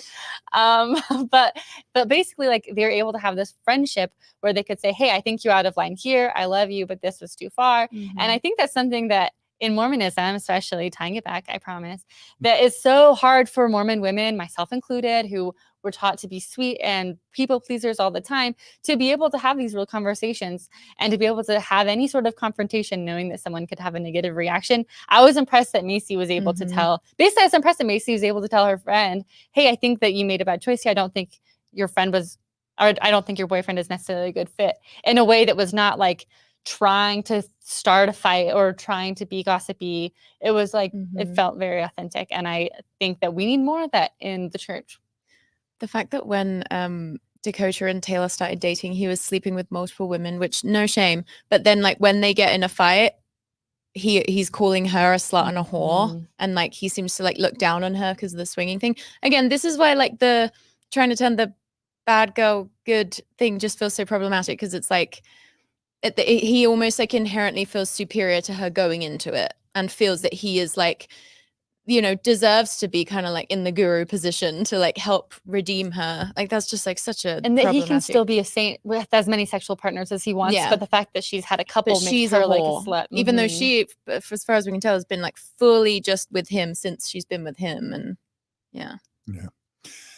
John, right. did you find him to be, you like him? No, I mean, you've been kind honestly, of an apologist today. I don't want to come hard at Dakota. You're coming out as Team Dakota. No, honestly, when I first saw him, I'm like, how did he land her? That was honestly my immediate reaction. But yeah, the comments are blowing up with people saying no to Dakota. Yeah. And yeah, I mean, I just think they don't belong together. Neither of them are well enough to Mhm. be in a serious, stable relationship, let alone to be having children. That's where I come down on Dakota But I and do Taylor. think their dysfunctions are clearly clicking. Oh, and yeah. it's probably like his toxicity is why he got her. No, it's a classic unhealthy Yeah. codependent relationship, Yeah. right? Yeah. All right. Well, it ends by the baby shower. Are we mad at Whitney for not showing up to the baby shower, or are Whitney and Taylor just not friends and it made no sense for Whitney to show up to the baby shower? The first time I watched it, I was like, I don't really understand the big deal because it sounded like, but as I rewatched it, I was like, oh, they were completely fine-ish with how these girls are. But then that thing happened where she brought up her pregnancy right after she brought up Connor's cheating thing. It seemed like sorry, I'm doing a bad job talking, but on my second watch through, I was like, oh yeah, it seems like Whitney just like got really offended by Taylor not like letting her be in the spotlight, and then was just kind of done. I do feel like she probably owed her an explanation. I think it's fine to walk away from a friendship if it doesn't feel healthy, or if you don't feel like you are, you two are good friends, but it does seem a bit strange that she didn't check in. I had mixed feelings on that as well, because I think, you don't necessarily owe your friendship to anybody. And the speech she gave for why of, I don't want to be around people, I like protecting my peace. I agree with those sentiments. Yeah, I think that's why the first watch through, I was like kind of team Whitney. And then the second watch through, I was like, it felt actually though.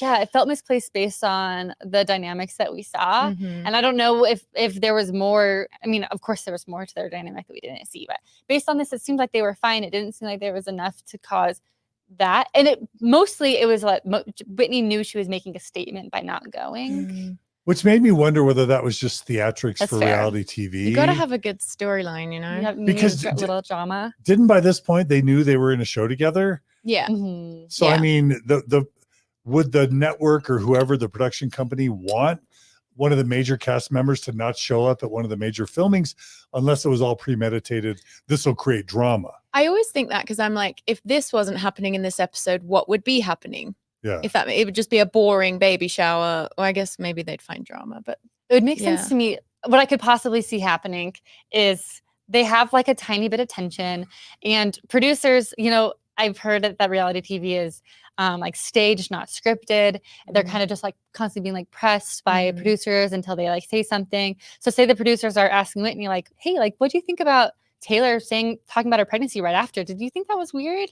She's like, yeah, but that was kind of weird. And like, are you mad? Like, do you guys even think you're friends? Like, obviously this is total speculation. I have no idea if that happened, but that's kind of how it came across to me, that maybe there was some producer nudging that like, well, you don't have to go. Like, if you're not friends, it would be surprising to me if it was totally her idea to not go, especially when it was obviously being filmed. That does seem like an insane thing to not show up to something somewhere where it was being shot, especially if you want attention. Like, hello, even if you're not that good of friends, I know that's your job, right? Get the storyline. Exactly. Or you get to be on TV. So And Yeah. And then the most bizarre part of all was Leanne, oof. the mom, calling Whitney for the confrontation. This is where my theory comes from. They're filming, Taylor's mom, Leanne, confronting Whitney Mhm. in a phone call at the baby shower. Like, come on. Felt like an insight into the mum if it was real. Because I feel like I've known mums like that. They get like weirdly involved in their like teenage daughter's drama, and it's like, That just felt like a bit much Yeah, to me. was a lot. Y'all agreed with that? It seems like it was Yeah. coming from a place of like trying to be protective and trying to like, oh, I don't want you to be sad. I want you to feel supportive. But it just was way too far. Yeah. yeah, it felt Yeah. like she was just getting involved Mhm. for her own reasons. Yeah. All right. So that kind of covers episodes 1 and 2. We're going to cover other episodes in future Mormon Stories episodes. So please stay tuned. I have a few final questions. Is that okay if I ask you those really quick? Okay. The first thing I did is I made a list of just a small sampling of just kind of how, why I think this is really a worthwhile Mormon story. And what I'll do is I'll show a couple clips, comments from like sort of obnoxious believing Mormons. I don't mean to call them obnoxious, but I just did. Angelique DeHaven writes, I'm a member of this church and I don't recognize John, they're going to these drag you women." for the voice. Okay. I'm a member of this church and I don't recognize these women, We don't act like this at all. I wish there was a real reality show that showed LDS women and what their lives are really like. We're not that different than regular everyday women taking, and then it's cut off. And then another comment was Tristina Hatch Brown, who writes, I watched these women in their interviews, and a lot of them, if not all of them, said they were not active, but they had been in the past. And it just goes on to basically say that these aren't really Latter-day Saint women, which then pulls the question, is this representing Mormonism at all? And my response to that is, let me just give you a list of some of the topics just in the first couple episodes that I've detected. Law of chastity, purity culture, sexual shame, sex is the sin next to murder, inorgasmia or sexual dysfunction, lack of sexual education amongst Mormon youth, masturbation, the forbidden nature of masturbation, pornography, infidelity, patriarchy, early marriage and motherhood, conditional and or unconditional family love, controlling and judgmental parents, toxic codependent dynamics between parents and children and adult children and couples, word of wisdom stuff, drinking, drug abuse, which is on brand in Utah, shame-based gossip, sort of like henpecking gossip between Mormon women, perfectionism, plastic surgery, perfection in appearance. There's some racism that comes up, boundary policing, catty gossip, queen bee dynamics, and massive hypocrisy. And that's just what I came up with. That sounds very Mormon to me. I don't know. Am I wrong? You're not wrong, John. And they were raised Mormon. All of them were raised in Mormon culture. They were forged in the fires of Mormonism. And I think something that believing Mormons haven't got good at understanding on a mass scale yet is people that are living kind of in reaction to the culture are still the product of the culture. With any ideology, there are going to be unintended byproducts of that ideology. And maybe to the average true believing member who looks down on these women, that they're not able to see it as that. But that's what it is. These women are a product of, not even a byproduct of Mormonism. They are a product of Mormonism. It's just that it's this weird idea that Mormons continue to have, that unless it's the no true Scotsman fallacy, right? And it's anything other than perfect adherence to all the rules and the ways that we do it just means you're just not right. You don't get to count yourself as one enough. Even if it's even if it's a smaller thing, or how often do we hear Mormons just completely dismiss other Mormon stories because well, my bishop didn't teach that, even though it's yeah, but we know that tons of bishops do. And they're well, it's not doctrine. And it's well, it's taught everywhere. Yeah. It's, Alyssa, what do you think? Yeah, I mean, I just feel like Mormonism informs every part of the story, more so than I thought, actually. Mhm. Yeah, me too. Me too. I think especially in the second episode, and as we keep going, we're able to see so much of this is just showing all the different layers of Mormonism, and even just the way that they're ranking each other based on their Mormon levels, who's more and less Mormon. Who's wearing their garments? Quantifying spirituality, so Mormon. and talking about nursing garments here, you're not wearing your garments here. And we'll get into this more with future episodes, but I just really feel that in and of itself, and even just the fact that to discuss by people in the comments the differentiation between a Mormon, a pragmo, and even what Mayci and Whitney were saying in a clip we showed a few minutes ago, if you're in doubt or not in doubt, or you have a current temple recommend or not current temple recommend. These types of distinctions are so Mormon. And I think anybody that's watching that's not Mormon, it doesn't really matter, whether you have a temple recommend or not. It's all just Mormon culture. It's all just it's all just based on, informed by the Mormon Church. Bad Mormons are still Mormons. Exactly. There's going to be a bad version of people in every religion. Going back to my original point at the beginning, 4/5 of all the people ever baptized in the Mormon Church have left the Mormon Church. And then I'd say only 1/3 of adult active attending Mormons are temple recommending Mormons, which means that 2/3 of adult Mormons are not necessarily living the standards, whether it's whether it's the word of wisdom and eschewing alcohol and tobacco and drugs. I know faithful Mormon YouTube apologist influencers who smoke weed and are kind of proud of it. Like, weed has become very prevalent. It's legalized now medically in Utah. You know, it's rare. This idea that like the normal Mormon doesn't drink alcohol, doesn't have premarital sex, is faithful to their spouse, wears their garments, and is super devout. That's an exception within even active Mormonism, let alone in the broad, big, bad world of what the church claims to be 17 million Mormons. It's people that don't live the standards that are the rule. Am I wrong? No, and also, I mean, the whole name of the show is The Secret Lives of Mormon Wives. And I think that's what it's saying. It's like, even in your most devout congregations, there are people who are behaving this way, who, you know, show up to church on Sunday and everything seems perfect, but they have they do different things. They are not following all of the rules perfectly. Maybe not on TikTok for 2 million people, and maybe they don't have as expensive of hair extensions, but they still have, you know, these like things that kind of go that juxtapose with what the church is expecting. Yeah. Yeah. Oh, what was it? Never mind. I was good. Yeah. And like, we had Stephanie Brinkerhoff on. She was a Mormon mom who tried mushrooms as just a way to try and self-medicate her depression. We've already talked about the swinging that happens in Orthodox faithful Mormonism. Did you remember? Yes. Well, Stephanie didn't do swinging. No. I was saying Okay. that was another example. Okay. Yeah. I think one thing that is just also so hard for Mormons at this point in this like transition is for recently, you know, Nelson is kind of trying to make Mormons seem more mainstream and more Christian.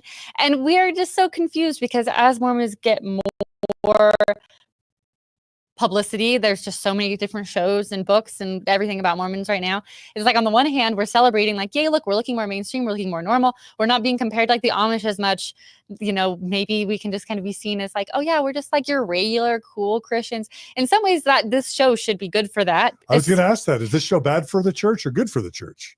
Ooh, because it makes Mormons look less weird. It makes Mormons look less weird. And what I would expect maybe for like an outsider, and I have no idea what an outsider is actually thinking, but maybe they'd go, oh, well, these women, they're like a little wild. So they're maybe a little bit extreme. But this idea of like wearing cute clothes and being cool, that's the message I think that maybe people will associate more with Mormons, or at least that's the hope that people will associate more with Mormons. And I don't think it's going to make the Mormon culture less, or make it any less conservative.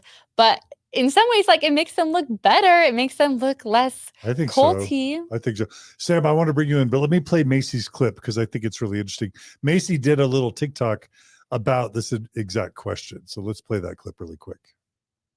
The church can be disappointed with me, but I'm also disappointed with them. Are they Mormon or are they not Mormon? I am indeed Mormon. I am also active in the church. I grew up Mormon. I've been Mormon my entire life, besides maybe a 2-year period where I was inactive in college. I attend church every single Sunday. I also have a calling in the church. I also have a temple recommend. So to me, it's funny to see everyone online saying that I'm not Mormon, that none of us are Mormons, we're using it for show, because that would be false. Am I a perfect Mormon? No. But if you're watching this and you're Mormon, are you too? Are you perfect? Chances are you're probably not. And honestly, I think that's what's caught me off guard the most with posting this show announcement. The amount of Mormons who are so mad. That's what blows me away. Like, you haven't even seen the show and y'all are all freaking out. I get people worry about misrepresentation, but you know that Mormons are also represented as polygamists. People have all different misconstrued ideas of what Mormons are. So I really think the show is probably the least of the worries. If anything, I think the show will be a breath of fresh air, because a lot of Mormons have struggles with judgment in the church and the culture in general. So I'm hoping this show will shed light on how you can still be Mormon, but you also don't have to be perfect. The people in the church can be disappointed with me, but I'm also disappointed with them. If anything, I thought my own community of Mormons would be supportive and not judgmental, because we're supposed to be Christ-like. So far, it's been the opposite. The one thing I definitely heavily dislike about being Mormon is the judgment that the culture can bring. We don't have to ask people where their garments are. Now, honestly, I'm used to being judged because it's happened pretty much my whole life. I grew up playing tennis most Sundays and competing. I was able to wear bikinis and two-top dresses. And because of that, a lot of the Mormon girls my age would make up rumors and lies about me because I didn't look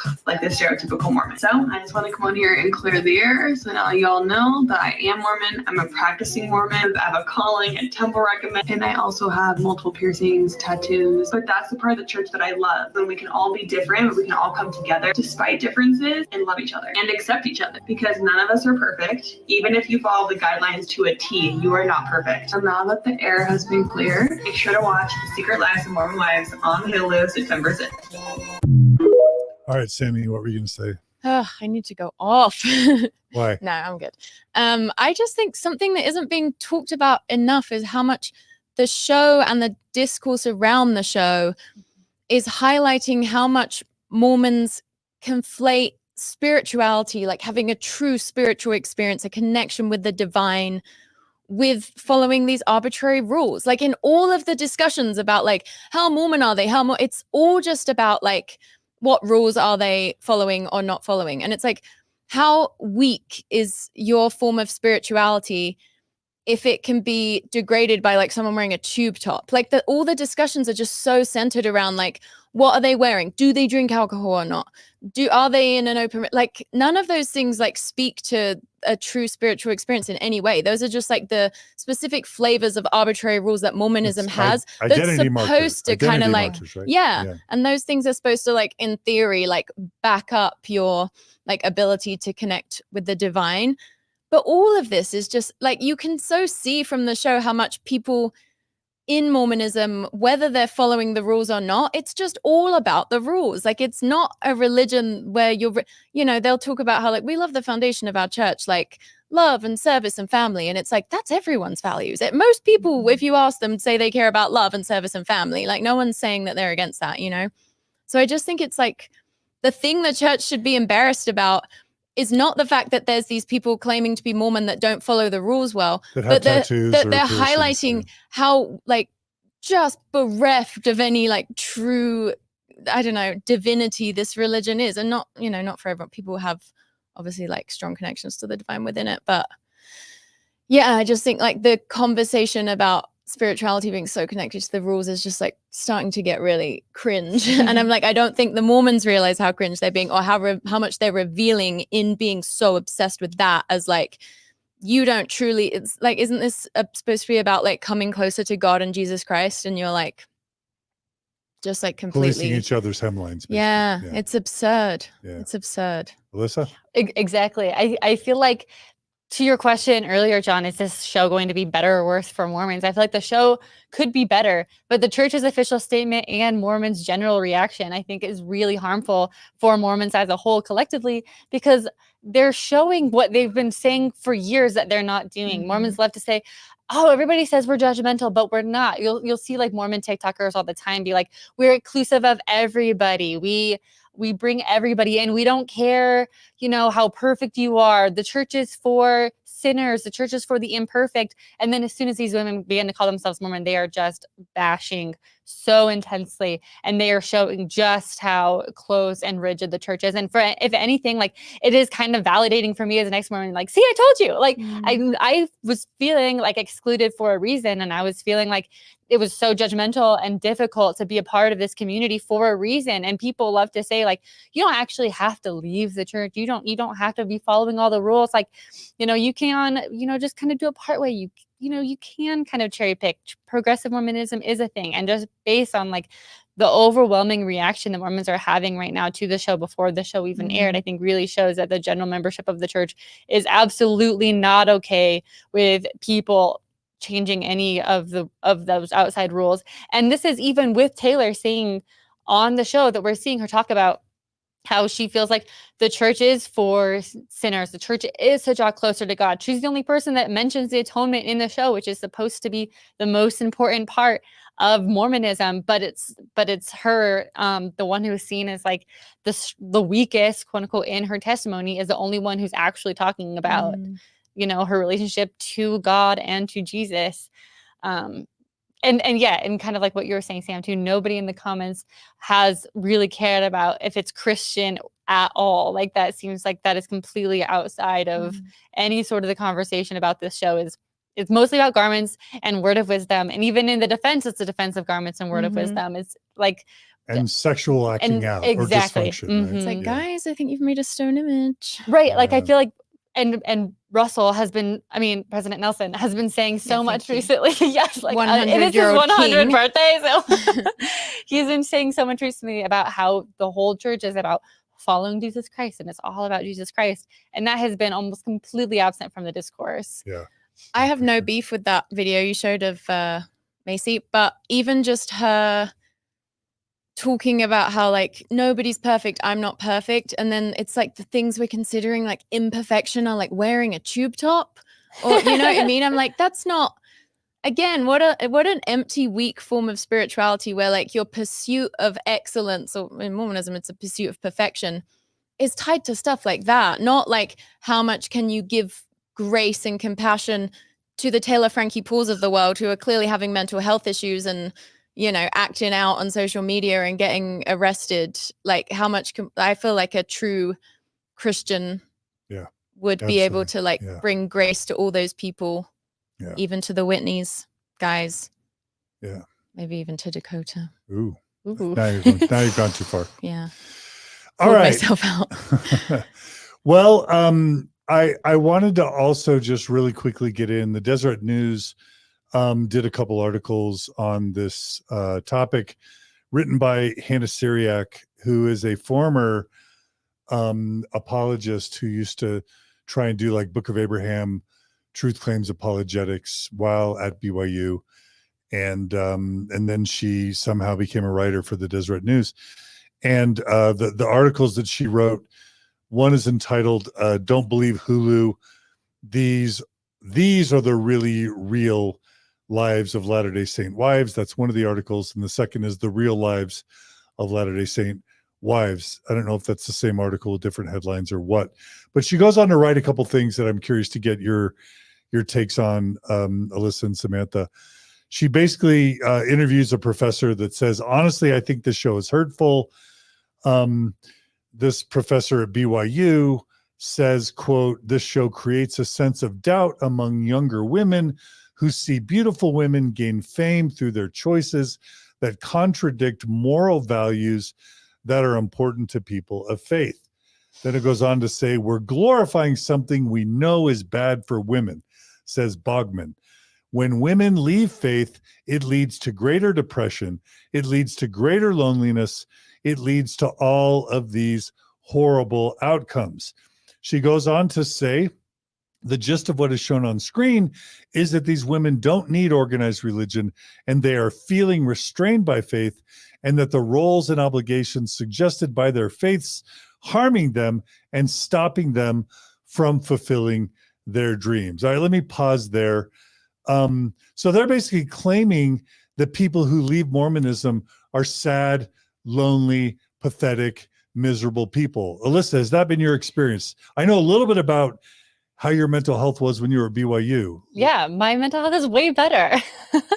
I'm definitely the time that my mental health was the worst when I was the most devout, and now I'm the happiest I've been. Not that happiness is even necessarily the end point for all sorts of like fulfillment, but also it's just such a dismissive comment in so many ways, dismissive of people who leave and why, and also of course people who leave are going to be grieving the loss of their identity. So I think that process would absolutely make sense. Not to mention many of these women, if not all of them at this point, are still within the church. And so by claiming that like they've all left the church, weird. It's weird because they're explicitly saying repeatedly that they are in the church, regardless of, you know, if you know, to what extent they're following the rules or not. So like none of them is ex-Mormon, right? Or I don't think so. Yeah. What's also weird is that people, we all know that 20 teenagers and 20 somethings and 30 somethings are leaving the Mormon Church in droves. There's a statistic that 60% of returned missionaries are leaving the church within 6 months of returning home from their mission. Like the church is hemorrhaging. Well done, guys. What's that? You said well done. Well, I mean, it depends on your perspective, but the church is hemorrhaging its youth and its young men and women are leaving Mormonism in mass, partly because they feel disempowered because of the patriarchy. So like whether or not, and I think I categorically reject this idea that ex-Mormons are miserable and sad and pathetic. I think we know by prescription drug abuse or porn abuse or child sexual abuse, all the different indicators, there are a lot of super unhappy Mormon men and women in the church. And it's like, let ex-Mormons be sad, lonely, and pathetic. We're in late stage capitalism. A lot of people are dealing with that around the world. This isn't a Mormon ex-Mormon thing. Yeah. Well, I just hate the trope that they're perpetuating. Yeah. When in reality, these women on the show are actually still, by and large, self-identifying, and many of them faithful Mormons. Yeah, the show in no way goes far enough in like condemning they're still trying to uplift this culture to a degree that I find very uncomfortable, because I'm like, yes, they so clearly are trapped by patriarchy, but they don't even know it yet. Yeah. So they go on to write that they lead Latter-day. One of the bad things about the show is that it leads Latter-day Saint women to think about Utah women as being women with blonde hair and Stanley cups. What do you guys think about that? Is that a betrayal of truth to portray Utah women as being blonde with Stanley Well, cups? I have a Stanley cup and I had blonde hair. Some of us are until blonde with Stanley. I ran out of money, so It can be pricey to be blonde. it is. Yeah, it's an investment. All right. It goes on to basically say data can shine a light on the lives of Latter-day Saint women. Latter-day Saints have higher marriage rates, lower divorce rates, and they have more kids than the national average. So they're basically flexing and bragging about having lots which of is kids. obviously they're saying that is objectively good. That's part of the problem. If these kids Right, are number one, exactly. not happy or not being parented well, but also if they're leaving the church in mass, like that's just a bigger defection problem for the church later. Anyway, it goes on to basically say factors like having a stable marriage and kids correlate with higher levels of reported happiness. So does religiosity. You know, and it basically goes on to say that an analysis of 9,566 married men and women found actively religious couples report higher levels of relationship quality and sexual satisfaction than their secular or less religious counterparts. So they're basically saying married people who are in happy, stable marriages have better sex and are happier and more stable in their lives than what these women apparently are modeling, which is unstable marriages and eventual divorce. And as I understand it, all of the faithful Mormon women in this cast are divorced at the time of the recording of the show. Is that your understanding? Wait, what? No, well, the women No, that were that's from the divorced were the swingers group. swingers. That's from the All previous. the women who are swingers are divorced. Yes. Okay. The 3 couples. Okay, I apologize for that mistake. Yeah. Anyway, what do y'all think about these stats that Hannah Syriac is throwing down? I mean, something like relationship quality is so subjective, or sexual satisfaction. I mean, it is true that sometimes humans prefer to have less choices, but it's all just, it's self-reported qualitative data is interesting. Like, I bet if you asked, I don't know, like Demi on the show, who in season 7, spoiler alert, we saw like clearly being in a relationship with an abusive man, like just there's no way to like sugarcoat it. I bet if you asked her on a good phase of the cycle whether she was happy in her relationship, she'd say, yes, it's amazing. Like if you, anyone in like, and I'm not trying to paint like all religious marriages as like more unhealthy, but I do think like patriarchy lends itself to more like abusive or toxic dynamics. If you ask people who are religious, and that like every Mormon knows, if you're filling out a survey and you're saying you're LDS, and then it's like, what's your marriage quality like, blah, blah, you want to give a favorable impression. And I also just think Mormonism trains you to just like, I don't know, like toxic positivity is like such a thing, and you don't know that you can do better. And there's so much there. Like we also, the statistic about sexual satisfaction, but we just watched a room full of women talk about like one of them's had 2 kids and never orgasmed. Yeah. And they don't even believe in vibrators. Right. So it's like if we're talking to a community that doesn't have sexual education, that is in a very, box idea of what sexual purity and sexual experiences can even be, like it seems like that's even a difficult question to ask about what sexual satisfaction would look like. So yeah, I guess I don't feel like those particular statistics based on the way those questions are phrased here really gives us a better understanding that like basically it's saying is that Mormon women and men are telling us they're happy, and that's not really surprising because I think everybody who's in the church, when they're in the church, says that they're happy. You have to convince yourself of that, because otherwise you're a sinner, because blessed are those who keep the commandments. Exactly. Or happy. What about the stat that she throws down? As for rate of infidelity among married church members, Family Studies BYU professor Dean Busby said it is so low you could barely see it. So they're saying that infidelity in Mormon marriages pretty much doesn't exist. It's hard to know whether the repression is leading to lower infidelity and whether that's good, or whether it's like they truly cannot reckon with it, and so it's either like not discovered or would never even be reported. They can't even, I don't know. I feel like if they're being honest in the reporting, it's. I have a hard time believing that stat. I can see the structure of Mormonism making it just like functionally harder for people to cheat. Like, for example, like women who like don't get to like leave their house and go to a job, like they just have like less opportunity. Yeah, and you have like 8 kids. Like, when are you going to go and have an affair? They're not working outside the home, and they have 12 babies. Yeah. How are they gonna so be it's like, cheating? yeah, okay, and on some level, like In you other could words, say if that you that's put a good. woman She's in not having an jail, affair. Yes. If you put a woman in jail, she's less likely to cheat. Very well said, John. Very well said. All right. It goes on to basically say that this show is a classic example, among others, of misrepresenting religion and people of faith for entertainment purposes. And in reality, that is not what people actually want. Oh, that's not what people want? It's the most popular show on Hulu. I don't know what they're smoking. All right. This last thing, I know you both know a little bit about Mormon history. This was the most super bizarre part of the entire article. Are you guys ready to be blown away? Oh God, yeah. Okay, check this out. So Hannah ends the article by talking about the Relief Society, that it's an 8 million Latter-day Saint women organization all over the world. Run by men. And we all know that the Relief Society is amazing. And then it even goes on, she takes the bold step of going on to quote that when the Relief Society was organized, the first president, Emma Smith, said, "We are going to do something extraordinary. We expect extraordinary occasions and pressing calls, blah, blah, blah." Very high rates of infidelity in the Smith family. Okay, can I just say, like, do we note that why did Emma Smith quit the Relief Society? Because all of the women in her presidency were sleeping with her husband. And also Brigham Young was like, I don't think we actually want all these women to have you any guys ideas. Talking together is kind of like making it a little ruining my uncomfortable. vibes. Yeah. Yeah, should we be invoking Emma Smith and the Relief Society of all things when we're talking about marital infidelity? Yeah. Is there something clueless and tone deaf about feels, that? Yeah, so ironic. And if we're talking about misrepresentations of the religion, when has the church ever released a non-misrepresentative depiction of Joseph and Emma's life? Right. If we're talking about misrepresentation of religion, and then she's quoting Emma and the Relief Society as like the epitome of women empowerment.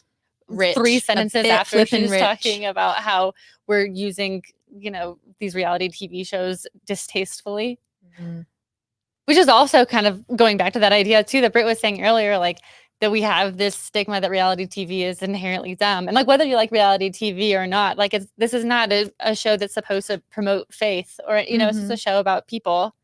And it's like, it's just supposed to be fun and kind of silly. And then there's a lot of, I think, really important elements to talk about. But she's more, I think she seems like she's just offended by just like the concept of reality TV more generally. Yeah, and I'm sure there's like a lot that is just triggering. Even for ExMormons, I feel like there's something about the show that just feels so triggering because it is so familiar yet so different. But it's also like the average Mormon woman doesn't have 1 million followers on TikTok and a Hulu show. So like, yeah, these are not like average Mormon women. I think to speak, like the average outsider is not thinking, oh, this is how every Mormon woman is. They're like, this is a Mormon woman with a TV show, obviously, with tons of followers. Yeah. All right. So it's time to kind of wrap up. I have kind of a final question. Well, first of all, do y'all think that this show is going to make Mormon girls and young women more liberated, more career-oriented, more loosey-goosey with the standards? Is this going to lead to a more permissive, more laxed culture as it relates to law of chastity, word of wisdom, modesty, purity culture kind of stuff? Like, could this actually have a deleterious effect from the standpoint of the brethren on Mormon Church standards observance, or from the standpoint of the cast members? Could this show lead to a loosening of moral standards amongst Mormon women and a broader tent of better sexual satisfaction, of having more fun, of getting tattoos and piercings and sexual exploration, etc. What do you guys think about that? Y'all gals think about that? I don't really feel like there's anything particularly progressive or liberating about what I've seen in the show so far. So the benefit to me would come through the discourse that happens around it.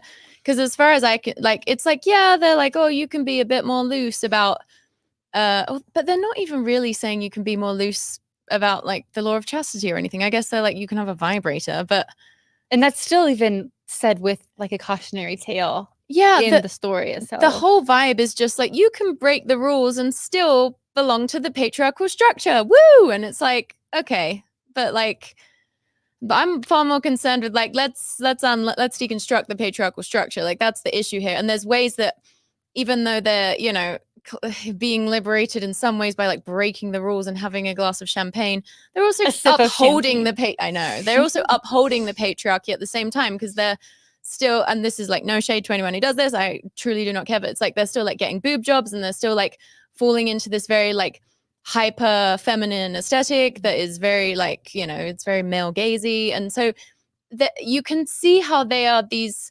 making these like very early attempts at like individuation or liberation, but they don't really know what the problem is enough to actually liberate themselves. And so the only way they can really feel out how to do it is just like start breaking some of the rules. But the rules are almost like the least important piece. Like, I guess if the rules help you experience, you know, if you have a glass of champagne and you experience yourself in a new context, maybe even if you do soft swinging and you experience yourself in a new context, there is a way that can be like helpful for the psyche at like moving towards liberation. But they're not really doing anything progressive. I guess the vibrator thing, if we want to give them a point. It's baby steps. All right, what do you think, Alyssa?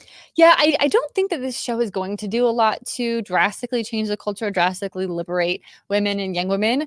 What I think has the potential to do that is probably just more and more content being put out about the church.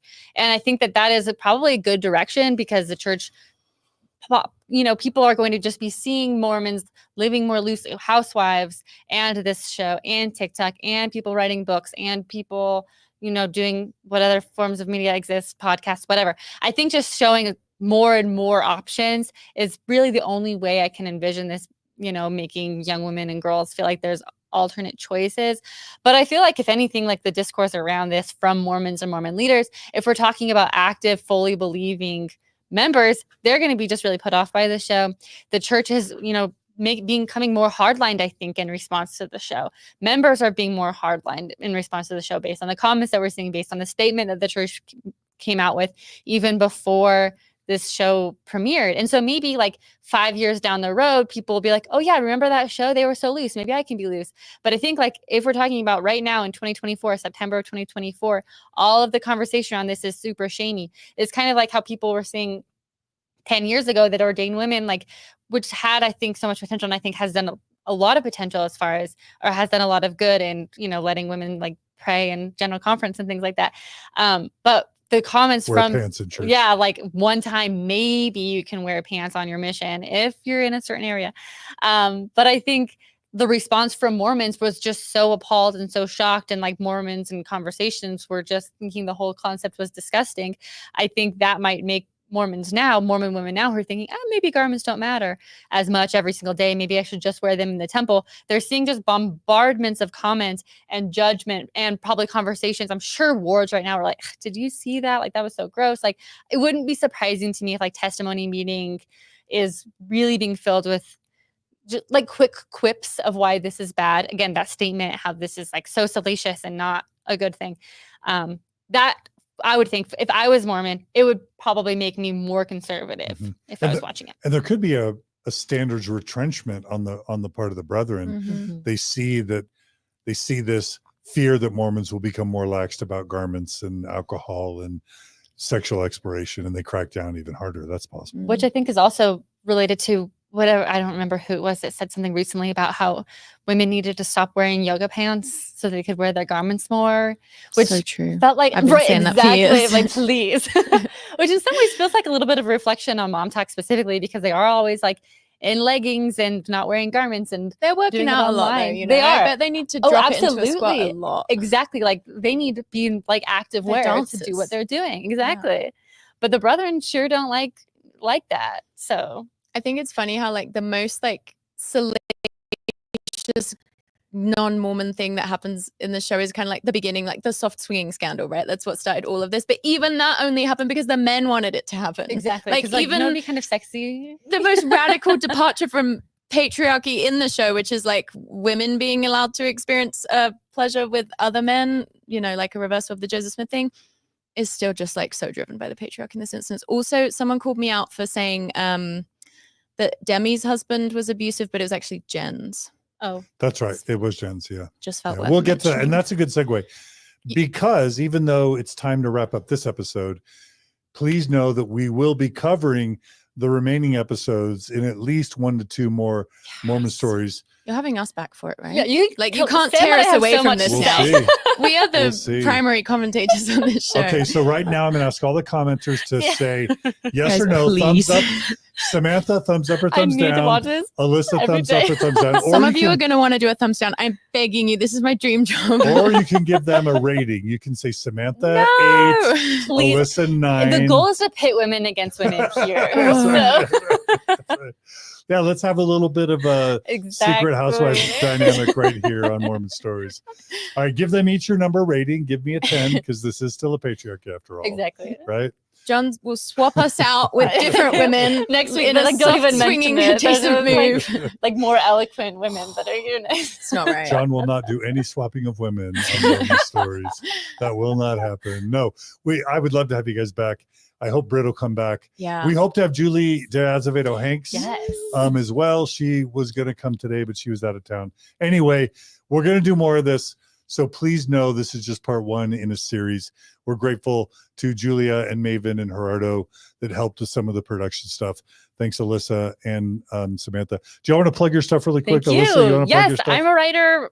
Read my stuff on my website, AlyssaWitbeck.com. The essay that I've been plugging for this recently is called Freeing Lucy. It's actually very relevant to the conversations here. So go read that. It's on Mayday Magazine. All right. And Oh, you're and not, TikTok. and TikTok. List Likes Words. LYS. LYS. likes words. Yes. And you're not coaching right now. No. Okay. Seems like everyone's a coach. I thought Samantha. everyone just Yeah, kind of. You can sign up for my university English class. You can see me there. Teach English. You're not saying 10, where 10, you 20, teach. 10. No, I was thinking about that, and I was like, actually, maybe I shouldn't. Say Yeah. Yeah. There's some odd people out there. Samantha, how do people find you and follow you? I'm everywhere on Self on the Shelf. YouTube is kind of our main platform. And also, if you're someone going through a faith deconstruction journey and you're looking for a coach, I also do coaching at SamanthaShelleyCoaching.com. That's Shelley EY, right? Yes. Yeah. All right. And please subscribe to this YouTube channel. Please like it. Please share it. Thank you if you're a donor to Mormon Stories and the Open Stories Foundation. We pay our participants and we use the donations to make sure women and everyone gets paid. So please, thank you for your donations if you're a monthly donor. We lose donors every month. 10 to 20 donors who are recurring donors cancel every month. And if y'all don't step up to replace these canceling donors, then we have to cut back on panels or on programming. So if you value this content, if you want to see it continue, please go to mormonstories.org, click on the donate button, become a monthly donor. You can do a one-time donation. You can become a monthly donor. You can become a weekly donor. You can become an annual donor. But please support us. We also really appreciate the super chats, the donations through YouTube, and again, the likes and the subscribes, and sharing these episodes with family and friends. Please share this. Please share this with all the secret lives of Mormon wives cast members. We would love to have some or all of the cast members on Mormon Stories podcast. I've already reached out to several of them. They're doing the rounds nationally. That is so cool. Only one of them has gotten back with me, but one of them did say she would come on the show, but I haven't confirmed it. So I'm not going to say their name yet, but at least one said she would. We'll see if she follows through. Also, if any of them are watching, me and Alyssa are available for brunch anytime. Anytime. We're a We would great brunch love to hang. hang out. That could be in season 2. Yeah. Maybe y'all will Exactly. join season They're 2. just like us. I would love to. All But right. we are willing to get the jizz hair extensions if needs be to fit For in with sure. the group. I don't even care. I We'll will change sell for my you. house for All right. Yeah. So we hope to have y'all on Mormon Stories as well. Please forward this episode to all the cast members and annoy them, bother them, vex them until they all agree to come on the show. All right. Thanks again for joining us today. Thanks for all the great comments and questions. Be good to each other. Be kind to each other. Check out, if you want, Secret Lives of Mormon Wives on Hulu. And join us again soon for another episode of Mormon Stories podcast. Yeah, thanks, guys. Take care, everyone.